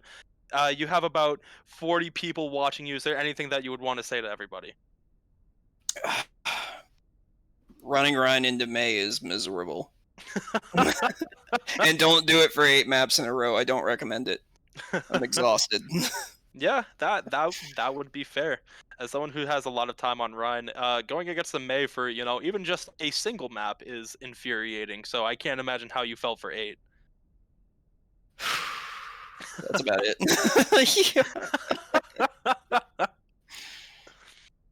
Oh, but man, yeah, Killswitch, do you have any final questions for our MVP here? No, I think that about wraps it up. But yeah, once again, congratulations to you, Stuff and Things, and to your team, Hyperion. And it seems like we're gonna have a couple other people coming in. Our MVP from the chat, Copperhead, will be next. But yeah, thank you once again, and absolutely great things, Stuff and Things. Just some absolutely phenomenal Ryan play that we got to watch today. Oh, thank you. Thanks for sticking around and casting 8 full maps. I'm sure you guys might have had other plans for the evening, but those are gone now. So. Oh. Yeah, you can't really. I was planning on watching the NFL draft, and then that kind of went out the window when I saw this. Yeah, you're not doing that right now. When Havana started, the only one I wanted to see was the Patriots draft, and they drafted Mac Jones, so I'm happy. So that's all I wanted to know. Yeah, important information. Yes, very. But once again, thank you for stopping in. Congratulations to you. And we are just going to bring in, I believe, Copperhead next. Hello, Copperhead. How you doing? I'm doing pretty good. How are you doing? I'm doing I'm doing phenomenal. I gotta ask. We just asked stuff and things. How are you feeling after 8 maps? I feel like a zombie. Yeah, I'm ready to probably go to bed here in a little bit. So, I do not blame you. Just some absolutely unreal play out of your hit scans. Oh, and just and just out of every character you've played tonight, just you owned it on everyone. Unbelievable stuff. yeah, I felt like in general, I was doing definitely better at least than I normally do. Like across the whole series, I think there's like a couple maps here or there where I definitely felt like I'm underperformed. I can't even think very clearly right now though, so I can't even recall like which maps they were. But yeah, in general, I was pretty happy with my performance, and honestly, like with the performance of the whole team, because I feel like compared to like our last match against Hyperion wasn't nearly as close, to be perfectly honest. So I feel like everybody stepped up, and I'm not at all disappointed in the results. I'll say that much. So Yeah, and I can't blame you. You guys fought so valiantly throughout that entire series, and it is a heartbreaking fashion in 8 games in a best of 7 series. But you got to keep your heads high. That was just an unbelievable performance that we just witnessed out of everyone tonight. Everyone who participated gave it their all, and that was just an absolute pleasure to watch. yeah, it was it was a pleasure to play as well. It was quite a bit of fun. I had a lot of fun. It's a little tiring too, but hmm but but also fun. Yeah, and do you have anything that you would like to say to the audience, everyone watching? No, not really in particular. Just have fun, folks, I guess. All right. Thank you so much for your time. And I believe the next person we're bringing in here is Dark. Oh, Bye. Have a good one. Hello, Dark. How are you doing today? I'm doing good. I gotta ask, how do you practice all that Doom stuff? That was some unbelievable stuff that we just watched. Which one, the feeding or the rollouts? The rollouts, and being able to knock a Mercy and Pharah out of the air. Well, oh, people are gonna hate me for what I'm about to say. 3,000 hours of Doomfist play. Really? I've dedicated a lot of time to Doomfist, probably too much. Yeah, 3,000 hours is kind of a lot of hours, but you can definitely see that just absolutely unbelievable stuff just right there. Like being able to punch Mercy out of the sky multiple times, especially on Temple of Anubis, that was an absolute treat to watch. And is it 3,000 hours like in game, or is it 3,000 hours in total, like including like with Doom rollouts and all that fun stuff? I'd say about half of it being actual games and half of it being practicing, like inside custom games. Just going around and finding different spots. I'm the get quaked on of Plat and Diamond. And with that type of gameplay, I would expect you to be a little bit higher. Like you played absolutely unreal today, and be able to keep your team in a lot of different team fights. And what's the comms like when you're down 2v4 and then you come in and be able to even it up? What are you saying to everyone at that point when it's like a 2v5 and then it becomes a 2v3 and you're just sitting there like, haha, Doomfist has strong fist. Well, I can give you a little synopsis of what it sounds like. Oh boy. It sounds like stuff yelling, telling us to do things, and then when everyone else dies besides me and like say Liz, it's just.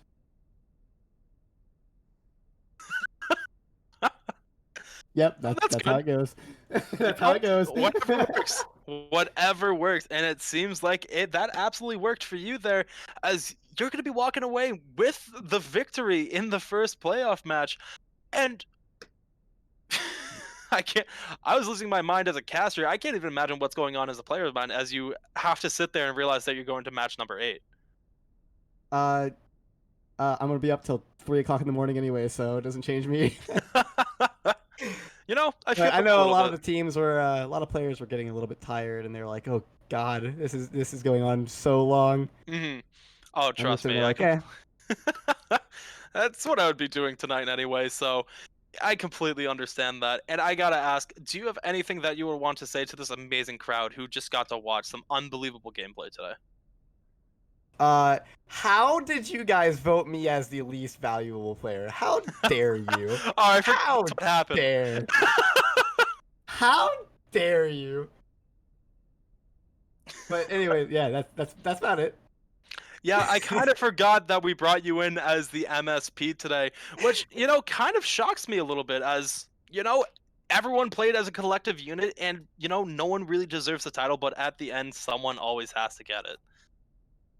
Yeah, I blame Oakley always. All right, that's fair enough. But thank you once again for stopping in. I believe we have one more player to bring in, and it's going to be Bakabot.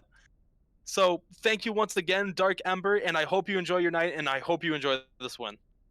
I will try. Thank you. All right. Hello, Baka. How you doing tonight? I'm doing good. I heard you would like to come in and plug yourself real quick. Yeah, I'm here to cause some banter. I'm about to call out Hyperion. You see, us Delta players, we're about to come in next week in the 4, get a quick 4-0. I don't know. After watching that match, I'm not gonna lie to you guys. Most of the Delta players in our VC were just laughing at what was going on. Like, I'll be very surprised if Hyperion takes even more than 2 maps off of us. See you soon, Hyperion. Honestly, I really hope that I am the caster for this next game because I would love to see how Hyperion is going to respond to this. Dropping 5,000 in the chat just to come in and try taking away a phenomenal win on Hyperion's part. And Bakabot, sorry, don't really know how to respond to that. But yeah, Hyperion, there's your motivation for next week. You got someone already coming in and just saying how they're gonna run the floor with you, and hopefully we get another great series out of next week. I believe Delta and Hyperion going to be squaring off on the main channel. This is going to be one that you do not want to miss, and I hope everyone has enjoyed their night tonight. I believe that is going to be everyone in the interview list. And I want to say thank you again for everyone who tuned in today. It has been an absolute pleasure casting this game. It has been an absolute pleasure watching this game, and it has been an absolute pleasure being a part of this game. To everyone who's watching Loud Legends, I'm so sorry about the heartbreaking defeat, but that was an unbelievable series that you just put up. And Hyperion, congratulations on the win, and good luck next week. Hopefully I get to cast that game too. And to everyone, I hope you have a great night. Thank you.